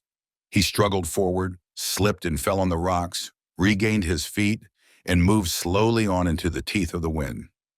He did not know whether he was following the trail or not, but to the best of his judgment, he tried to descend the slope. As for Frank, he had been plunging doggedly on through the storm, confident that Joe was close behind. And it was not until he had gone far down the trail that he became aware that his brother was not following. He turned, and when he could no longer discern the figure in the storm behind, he retraced his steps, shouting at the top of his lungs. There was no answer. He searched about, going to left and right of the trail. He did not dare go far, being fearful of losing the trail himself. Frank was alarmed lest Joe had slipped and fallen on the rocks and injured himself. If he were unable to proceed, he would freeze to death, lying helpless on the mountainside. With this thought in his mind, he searched frantically. He tried to follow back up the trail, but the snow had swept over his footsteps, and he soon found himself knee-deep in a heavy drift, and he knew he had lost the path. He tried to regain the trail, but the white screen of snow was like a shroud over the rocks, and he had lost all sense of direction. He floundered about in the snow aimlessly, but the trail constantly evaded him. Frank set his jaw grimly and went hither and thither, stopping every little while to shout. He knew that the wind drowned out his voice, and he realized the futility of his cries. But still he hoped that there was just a chance that Joe might hear him. Frank Hardy felt an overpowering sense of loneliness as he wandered about among the rocks in the deep drifts. He seemed to be alone in a world of swirling, shrieking winds and flailing snow that stormed down from a sky of leaden hue. He shouted again and again, but to no avail. It was mid-afternoon, but the sky was so dark that it seemed almost dusk. If darkness fell and they were lost out on the mountain, there was little hope that they would survive until morning. They would perish from exposure. I'd better go back to Hank Shale's place and get a searching party to come up and look for Joe, he thought. This seemed the only sensible solution, but when he turned and tried to find the trail down the mountain again, he found that it eluded him. There was not the vestige of a trail, not the sign of a path. And I'm lost too, he muttered. The wind shrieked down from the rocks. The snow swirled furiously about him. The blizzard raged. The roaring of the storm drummed in his ears as he stumbled and floundered about among the rocks and snow. The Hardy boys were lost, separated in the storm. Chapter 19. The Lone Tree. Suddenly, Frank Hardy had an inspiration. In the shelter of some rocks, he cleared away the snow, then began to search about for wood in order to build a fire. If he were lost, the best plan was to build a fire, which would serve the double purpose of keeping him warm and possibly guiding Joe toward him as well. He found some small shrubs and stunted trees and managed to break off enough branches to serve as the basis of a fair-sized blaze. He had matches in a waterproof box in his pocket, and after several unsuccessful attempts, he finally managed to get a fire going. The wood was damp, but the small twigs caught the blaze, and within a few minutes the flames were leaping higher and higher and casting warmth and radiance. Frank crouched beneath the rocks and warmed himself by the fire. Once in a while he got up and went away to search for more wood to cast on the blaze. Occasionally he peered through the screen of snow in the hope of seeing some sign of Joe. At intervals he shouted until he was hoarse in the hope of attracting his brother's attention. The flames leapt up in the wind, and as he piled more wood on the blaze, the fire grew brighter. It was in a sheltered spot where the gusts of snow could not quench the flames. At last he thought he heard a faint shout. Frank sprang to his feet. He gazed through the shifting veil of snow that swirled about his shelter, but he could see nothing. Then he called out, "Joe!" The fire roared. The wind shrieked. Snow slashed against the rocks above him. Then, out of the inferno of wind and snow, he heard the shout again, and a moment later he caught sight of a dim figure plunging toward him. He ran forward. It was Joe. He was almost exhausted, and he was blue with cold. He staggered over toward the blaze and collapsed in a heap beside the fire. Thank goodness I saw the flames, he gasped. I was almost all in. I couldn't have gone another step. I thought I'd never find you. I hunted all over. I got lost. I couldn't find the trail. We're both lost now. I got off the trail myself when I was looking for you. I don't much care where we are, so long as we're together again and we have a fire. Joe extended his trembling hands to the blaze. In a short while, he ceased shivering, and as the warmth pervaded his chilled body, his spirits rose. That fire was a lucky thought, remarked Frank. I was cold, and it just occurred to me that you might see a fire through the storm, even if you couldn't see me. I just caught a faint glimpse of it, just like a little pink patch shining through the snow. I was just about to give up and lie down on the rocks when I saw it. You'd have died of exposure. For a while, the two lads were silent as they thought of how narrowly the blizzard had been cheated of its victim. Then, when Joe had become warmed by the fire, they began to consider their course of action. Frank looked out at the storm. The wind seems to be dying down a bit, he said. I can see farther down the mountain now than I could a while ago. Think we ought to start home. Do you feel well enough now? Joe got to his feet. Sure, I feel fine now. There's no use staying up here until nightfall. This storm may last a couple of days. All right, let's go. They stamped out the fire and resumed their journey down the mountain. They stayed close together this time, taking no chances on again being separated. As Frank had noticed, the wind had indeed lost much of its fury, although it still howled and blustered on the mountain slope, and the snow still fell steadily in a drifting cloud. The trail was almost obscured by the snowdrift, but Frank was able to find and follow it, and they finally reached the place where they had turned off toward the abandoned mine workings several days before. Here they hesitated. What do you think? Frank asked. Now that we're so close to the mine, I think we may as well go on with our search. I was hoping you'd say that. It shouldn't take us more than an hour or so, and it isn't dark yet. Besides, we have our flashlights. I haven't mine, but one's enough. Go ahead. It shouldn't be hard to find the lone tree from here. Frank turned off the trail. He headed directly toward the old mine workings they had previously visited, and from which he remembered having seen the lone pine tree. The snow was deeper than they had expected, and they plowed through drifts up to the waist. They went on, however, and in a short while reached the abandoned mine of their harrowing experience underground. Here they paused. The lone tree was over to the right, I think, said Joe. They peered through the storm. They could see nothing but drifting snow and the dull masses of the rocks.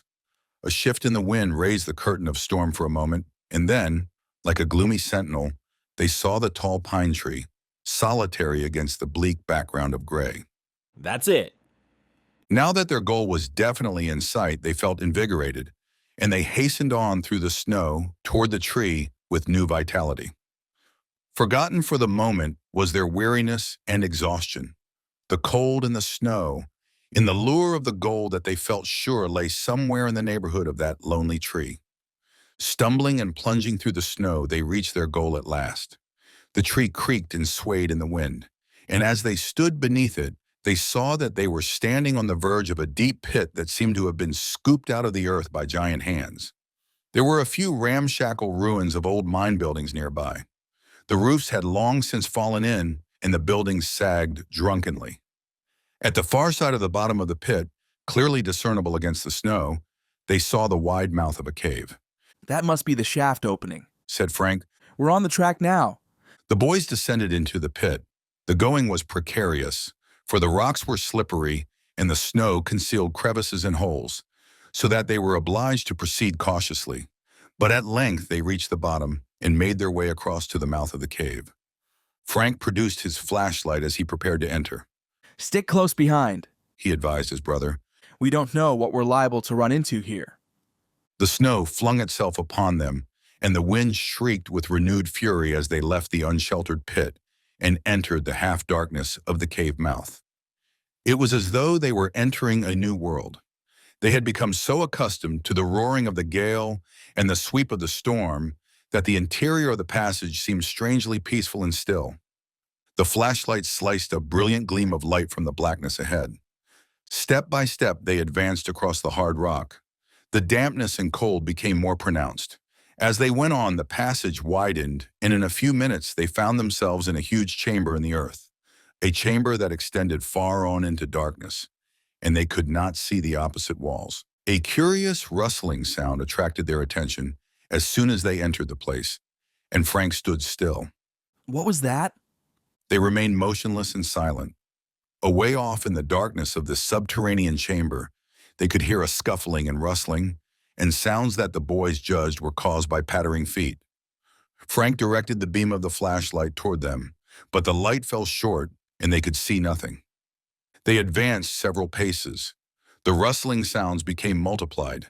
Then suddenly Frank caught sight of two gleaming pinpoints of light glowing from the blackness. "What's that light?" asked Joe. I don't know. I'm going closer. Frank stepped forward again. As he did so, instead of two pinpoints of light, he saw two more, then two more, until at least a dozen of those strange glowing green spots shone from the darkness, reflected in the glow from the flashlight. Animals, he said quietly to Joe. At the same instant, he heard a low, menacing snarl. The glowing greenish lights began to move rapidly to and fro. Into the radiance of the flashlight shot a lean gray form that disappeared as swiftly as it came. A prolonged and wicked snarling rose from the gloom. Frank glanced to one side and saw that two of the greenish lights had moved until they were circling behind him. He leaped back. We'd better get out of here, he said. Those are wolves. But when the boys turned to retrace their steps, they were confronted by a lean form that barred their way to the cave entrance. And in the glow of the flashlight, they saw two greenish eyes that glowed fiendishly and two rows of sharp white teeth bared in defiance. Chapter 20. Down the Shaft. Frank Hardy swung the flashlight, and the wolf before them sprang back, snarling ferociously into the darkness. The pattering of feet at the back of the huge cavern became more insistent. The boys were conscious of those greenish eyes all about them. The wolves were circling around the cave. Another wolf joined the animal that barred the entrance. By some animal cunning, they seemed to realize that by so doing they could entrap their prey. The Hardy boys knew that they had wandered into a veritable den of timber wolves who had found in this abandoned mine an ideal refuge and shelter, who had probably made the place their own for years. The wolves drew closer. The circle was narrowing. The animals were beginning to pace about the cave in long strides, drawing in toward the boys as the circumference of the circle grew smaller. "Keep the flashlight on," said Joe. "They're afraid of the light." Frank kept turning slowly about, keeping the glare of the flash full on the circling wolves. And every time its radiance illuminated a gaunt gray form, the animal would leap back, snarling, into the shadows. But as quickly as the light was turned away from one side, the wolves on the other side of the circle would grow bolder and come closer. It was inevitable that in a few minutes the lads would be torn to pieces. Suddenly, Frank thought of the revolver they had seized from Slim Briggs. It was still in his pocket, and he had forgotten all about it until this time. With his free hand, he reached for the weapon. Slowly, he withdrew it. Then, turning the flashlight directly on one of the snarling beasts, he took aim and fired. The animal dropped in his tracks with a yelp of pain, and instantly the ranks of the wolves were broken as they fled, howling, to the darkest corners of the cavern. The stricken wolf writhed and snarled wretchedly for a moment, then lay still. The boys edged back toward the entrance, but before they could reach it, a gray form shot across the circle of light and barred the way with a snarl of defiance. Again, they were trapped. Frank fired at the animal. The shot went wide and the brute slunk back, but still remained in the passageway. 2 or 3 of the other animals came rushing out of the darkness and pounced on the body of the dead wolf, tearing at the flesh with savage jaws. For a while, the cave echoed with growls and snarls as the animals set about their hideous meal. And then the revolver crashed forth again, and another wolf toppled over dead. 3 shells left, said Frank. "Save them. We'll take a chance on getting out." But the chance appeared to be a slim one. More wolves had joined their leader at the entrance, and it seemed impossible that the boys could ever make their escape that way. The wolves began to advance. The leader came forward, showing his teeth. His eyes glowed like spots of green flame. Step by step, the boys retreated. The animals appeared to have overcome their fear of the flashlight. They no longer slunk into the shadows when its fierce glare was turned on them. Instead, they came forward boldly, with dripping, gleaming jaws. "I'm afraid we're trapped," declared Frank. "We'll die fighting anyway. I wish I had a gun." "Wouldn't be much use against this pack." "Turn your flash and see if there isn't any other way out of this place except the way we came in." Frank turned the light swiftly about toward the walls back of them, and in the radiant gleam, the boys saw a narrow passage, like a dark splotch against the rock, just a few feet away. "That looks like our only chance." We'll try it anyway. It seems to lead back into the wall quite a distance. It may be all right, as long as we don't run into another wolf den. Those brutes will follow us. The whole pack can't get into that narrow tunnel at any rate. We'll have a better chance of fighting them off. Frank turned the light swiftly on the dark passage again. You try it first. They may try to rush us when they see us getting away. They backed up as close to the opening in the rocks as they could. The wolves were very near now. 3 of them had thrust their cruel heads directly into the circle of light from the flash. Their vicious snarling echoed throughout the cave. Frank sensed that they were preparing to spring. Quick, he urged his brother. Joe leaped and scrambled into the opening. At the same instant, the foremost wolf crouched for a spring. There was not a second to lose. Frank leveled the revolver and fired. His aim was true. Halfway in the air, the animal gave a convulsive twist of its body and crashed onto the rocks. It writhed in its death agony, snarling ferociously and snapping at everything within reach, until it finally lay still. The respite was just what the boys needed. The other wolves slunk back, discouraged by the loss of their leader. Frank knew, however, that it would be but for a moment. He backed into the passage with Joe. The tunnel was narrow, but high enough to permit them to move about without crouching. They were unable to light their way, as Frank needed the flashlight turned before him in order to frighten back the wolves. For a moment, the animals seemed to hesitate, as though fearing a trap, and then the foremost wolf cautiously entered the tunnel in pursuit of its prey. The boys backed slowly down the tunnel, which descended on a slope. They did not know where it led. They could not see, but they knew they must keep backing away from the wolves. We're up against it if this is a blind alley, declared Joe in a low voice.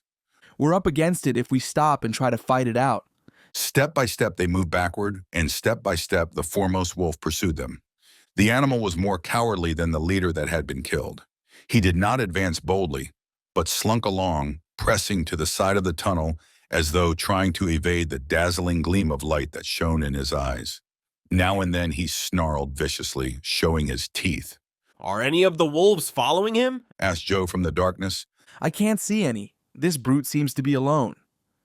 How about taking a shot at him? What's the use?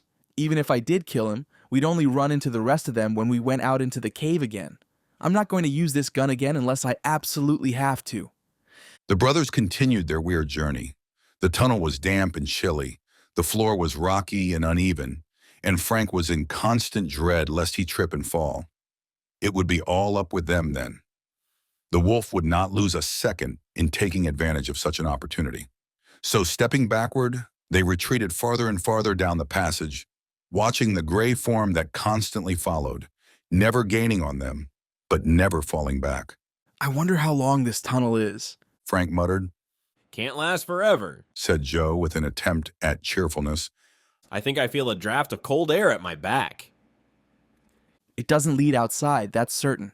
If it did, it would be sloping upward. There was a low snarl from the wolf. It advanced farther into the circle of light.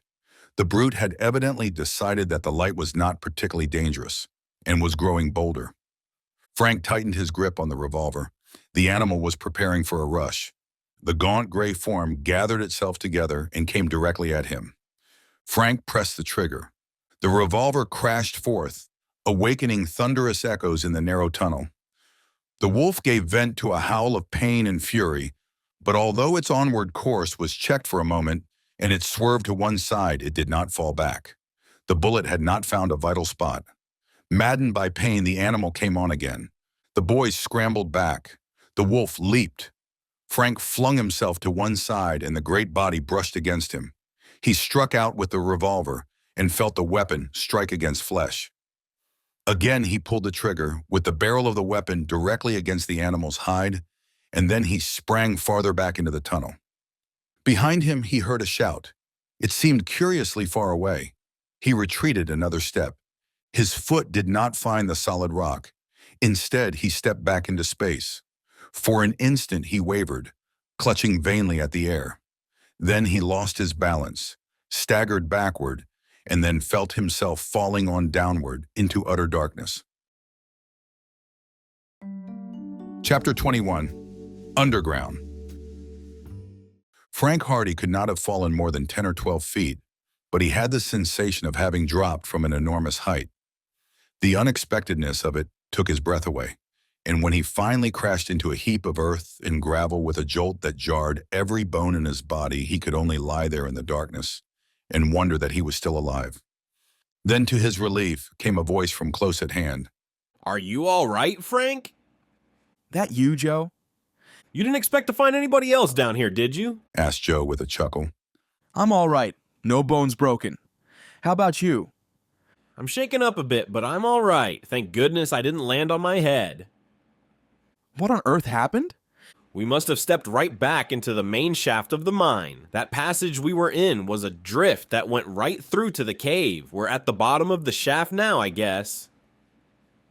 Frank had still retained his grasp of the flashlight. Fortunately, it had not been broken in the fall, and when he switched it on, the welcome glow of light again pervaded their prison. High above them, they could see a patch of snow-white sky, sharply outlined by the rectangular shaft head. A crude ladder ascended the side of the shaft. They could see the black patch that marked the entrance to the drift from which they had fallen, and from it emanated growls and snarls of rage and pain. That beast won't follow us any farther. I guess that was why the wolves were so doubtful about chasing us in there. They steer clear of that tunnel, ventured Frank. Lucky for us, we hit the shaft when we did. That wolf would have been all over us in 2 more seconds. He'd have made mincemeat out of both of us. I thought sure we were done for, and then I stepped back. Wow, I thought I was falling clean through the earth. Me too. I couldn't imagine what had happened. I thought the bottom of the tunnel had given way on us.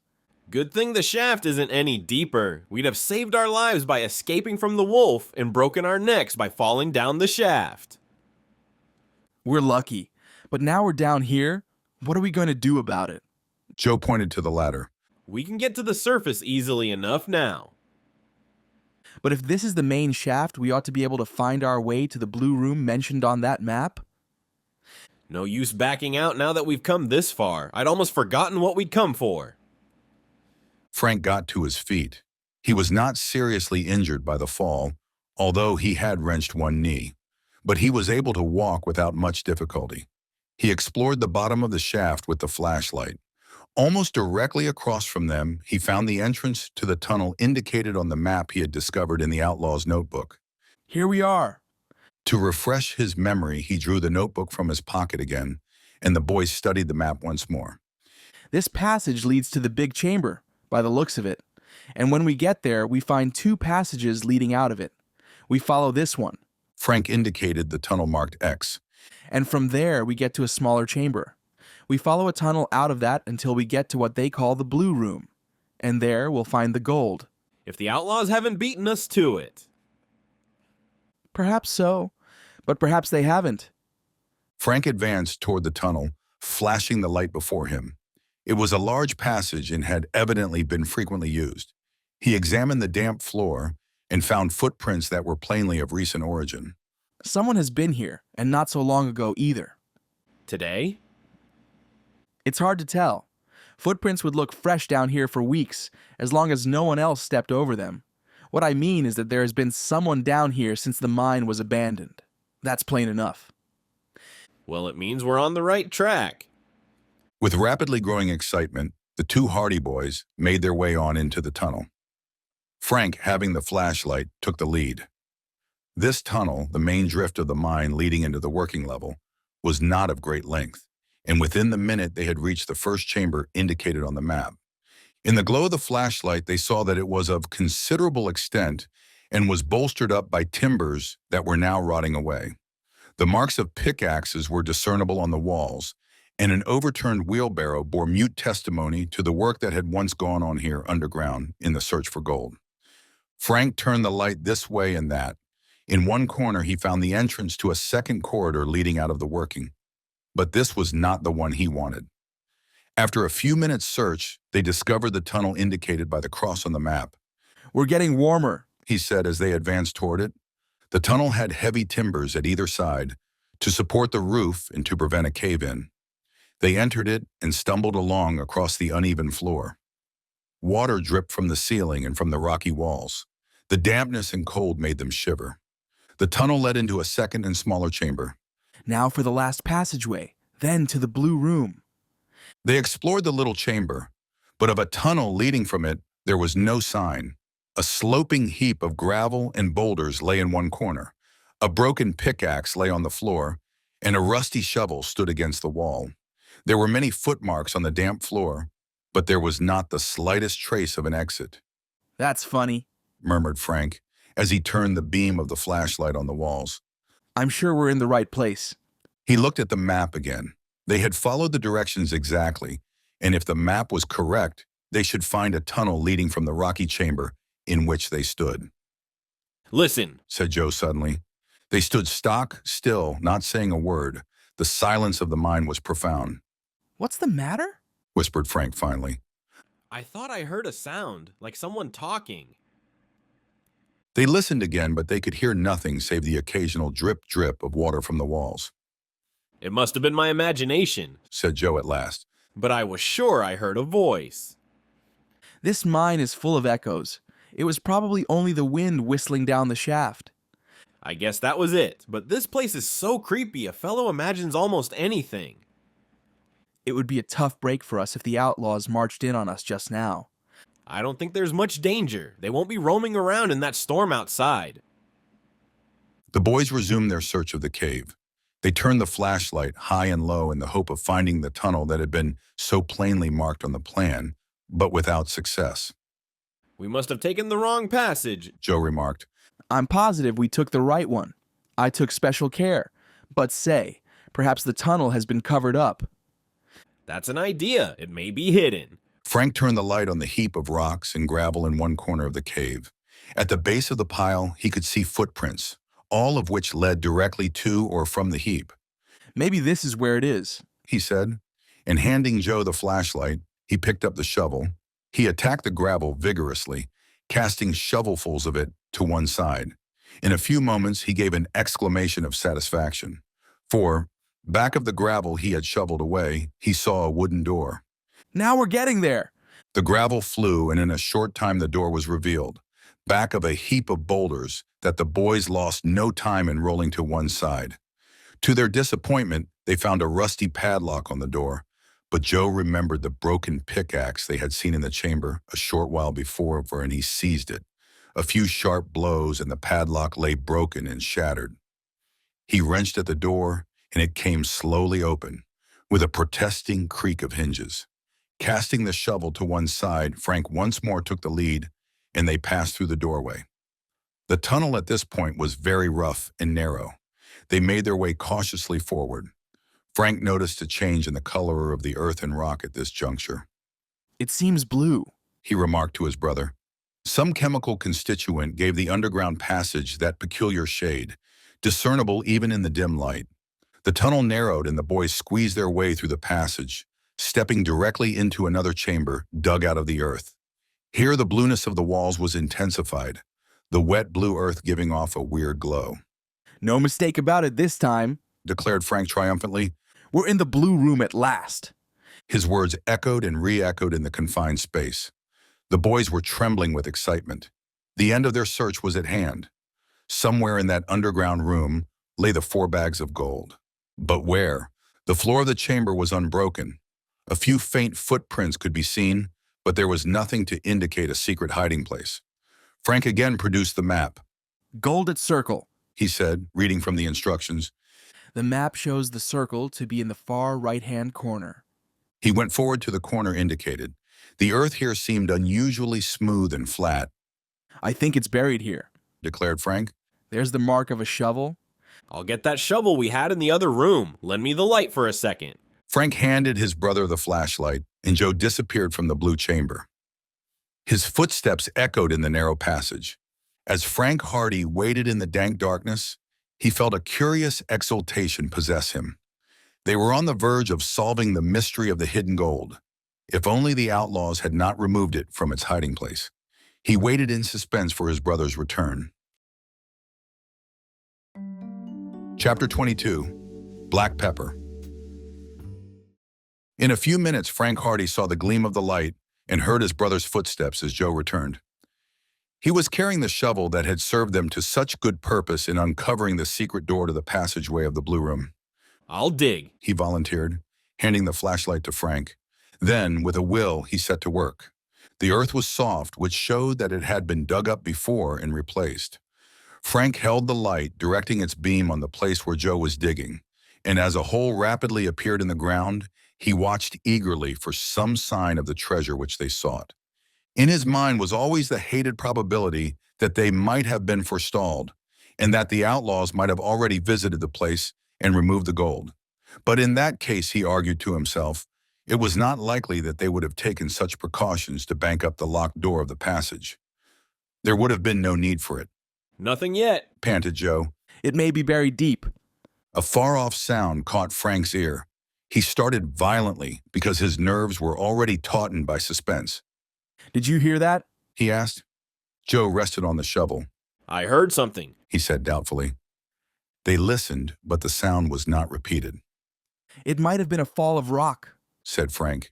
It sounded like rocks striking against the walls of the shaft. It's just like my thinking I heard voices a while ago. This place is so silent and creepy it gets your nerves all unstrung. Maybe. Joe resumed his shoveling. Another shovelful of earth, and he bent forward. Something here, he exclaimed. My shovel struck something solid. Frank brought the flashlight closer. Just above the earth, he could see the top of a canvas sack. It's the gold. Dig, Joe, dig. Joe Hardy needed no urging. He had seized the shovel again, and the earth was flying furiously on all sides. Rapidly, he uncovered the top of the canvas sack, and then a second appeared in view. Frank bent down and seized one of the sacks, dragging it from the retaining earth. It came free. Joe flung aside his shovel, and, in the illumination from the flashlight, Frank undid the heavy cord at the top of the sack and opened it. He thrust his hand inside and withdrew it a moment later, clutching a handful of reddish-brown objects that looked like pebbles. Nuggets! The boys gazed at the gold nuggets in silent delight.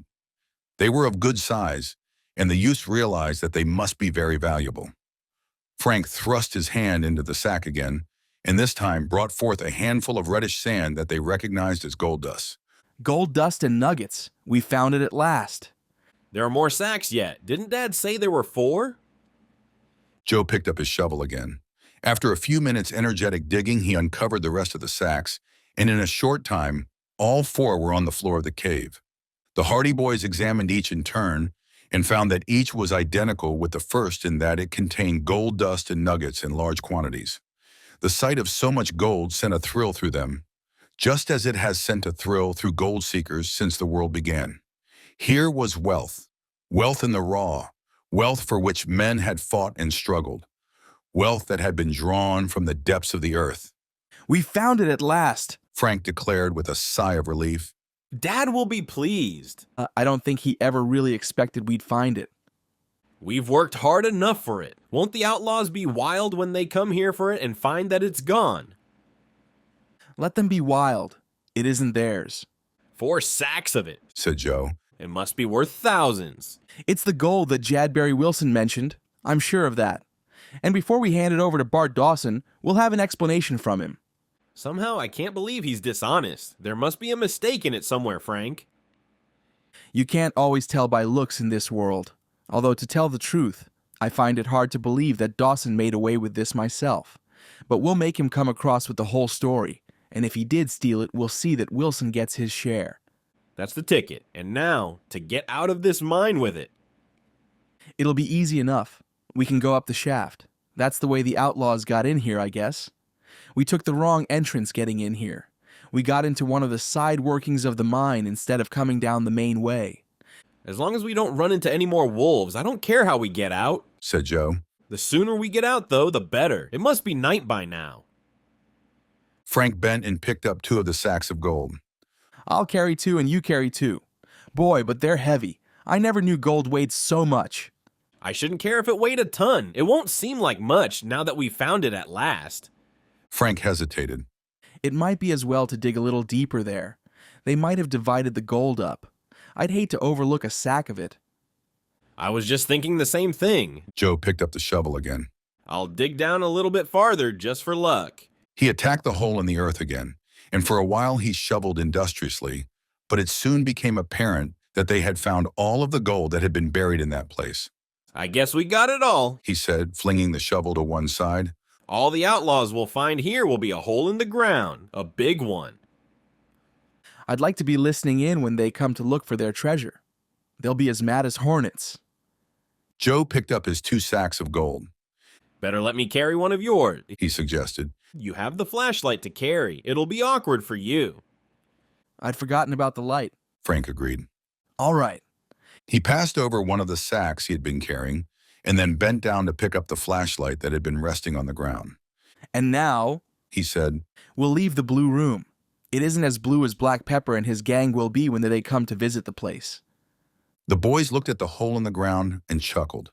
They were just about to turn, ready to leave, when they heard a sound from the passage leading into the chamber. This time they knew it was no trick of the imagination. They could sense plainly that someone was standing there. Someone had crept up through the tunnel unheard and was even then standing silently in the darkness. Frank flung the flashlight about. Its circle of radiance illuminated the dark entrance to the chamber clearly. There, in the very center of the opening, stood a tall, swarthy man with villainous features. He had a heavy black beard, and his dark eyebrows were knitted with wrath.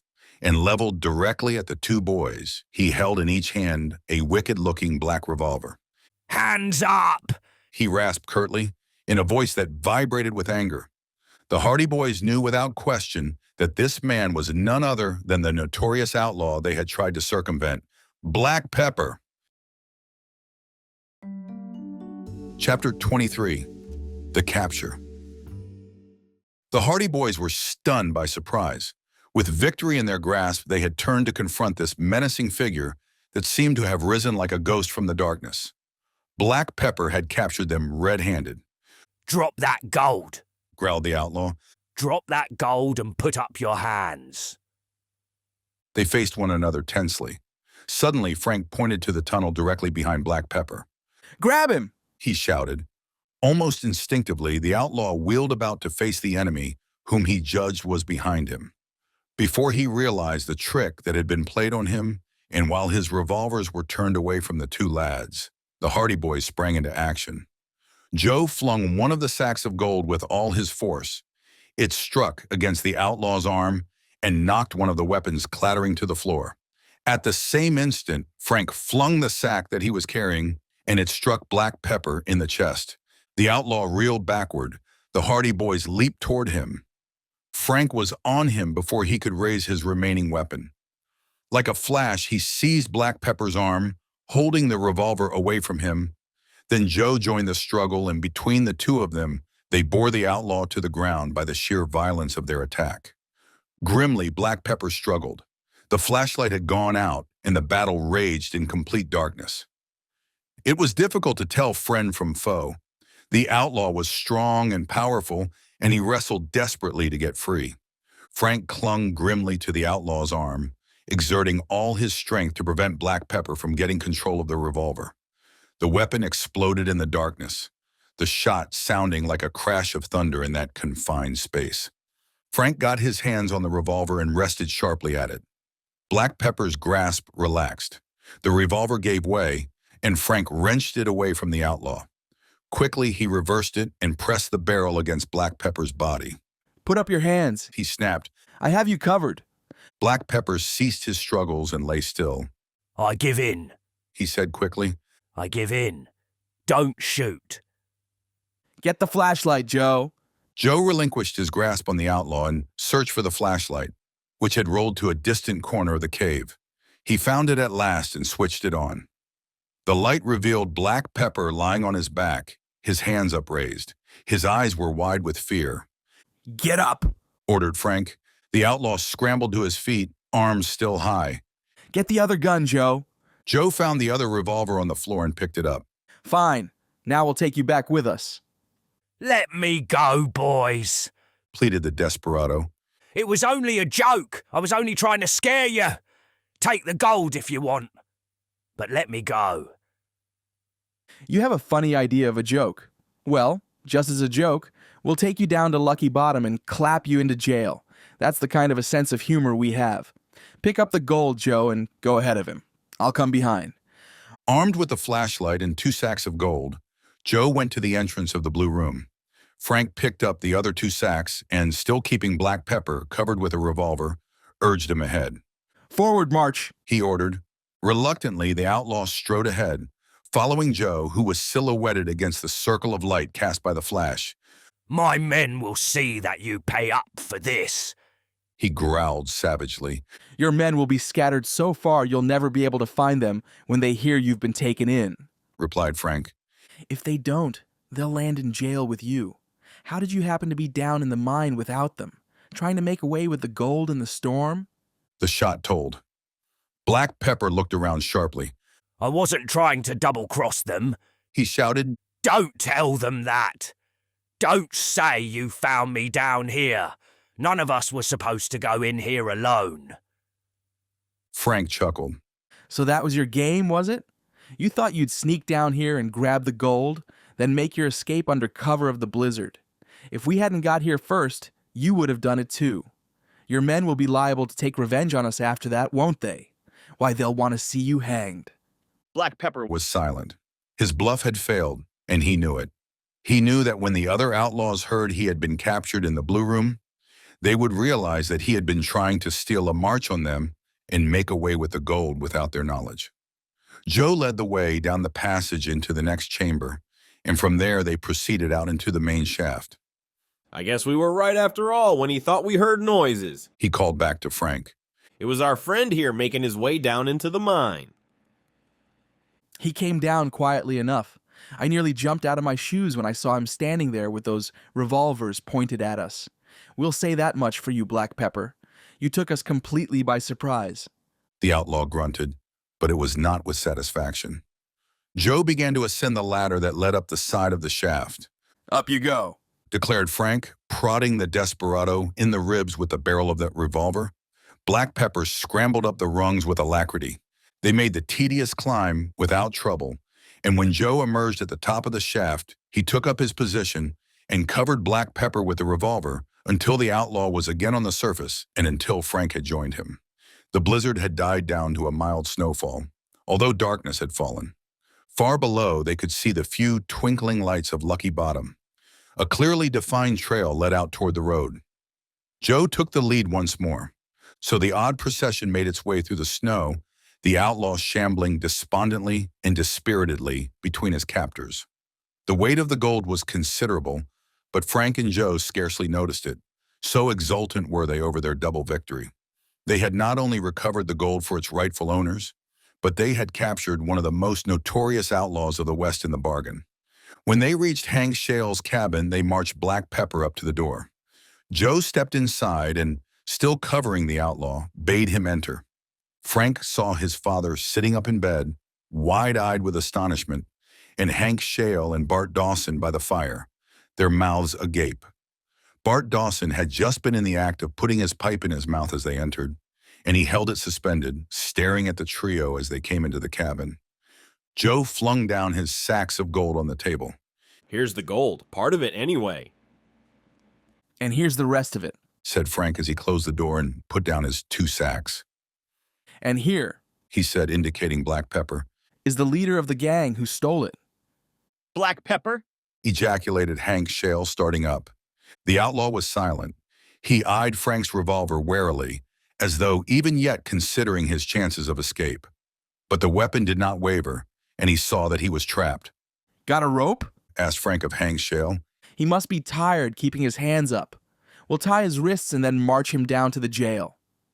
I'll say I have a rope, shouted Hank, springing up, and within a few minutes, Black Pepper's arms were firmly bound behind his back. But where on earth did you find the gold?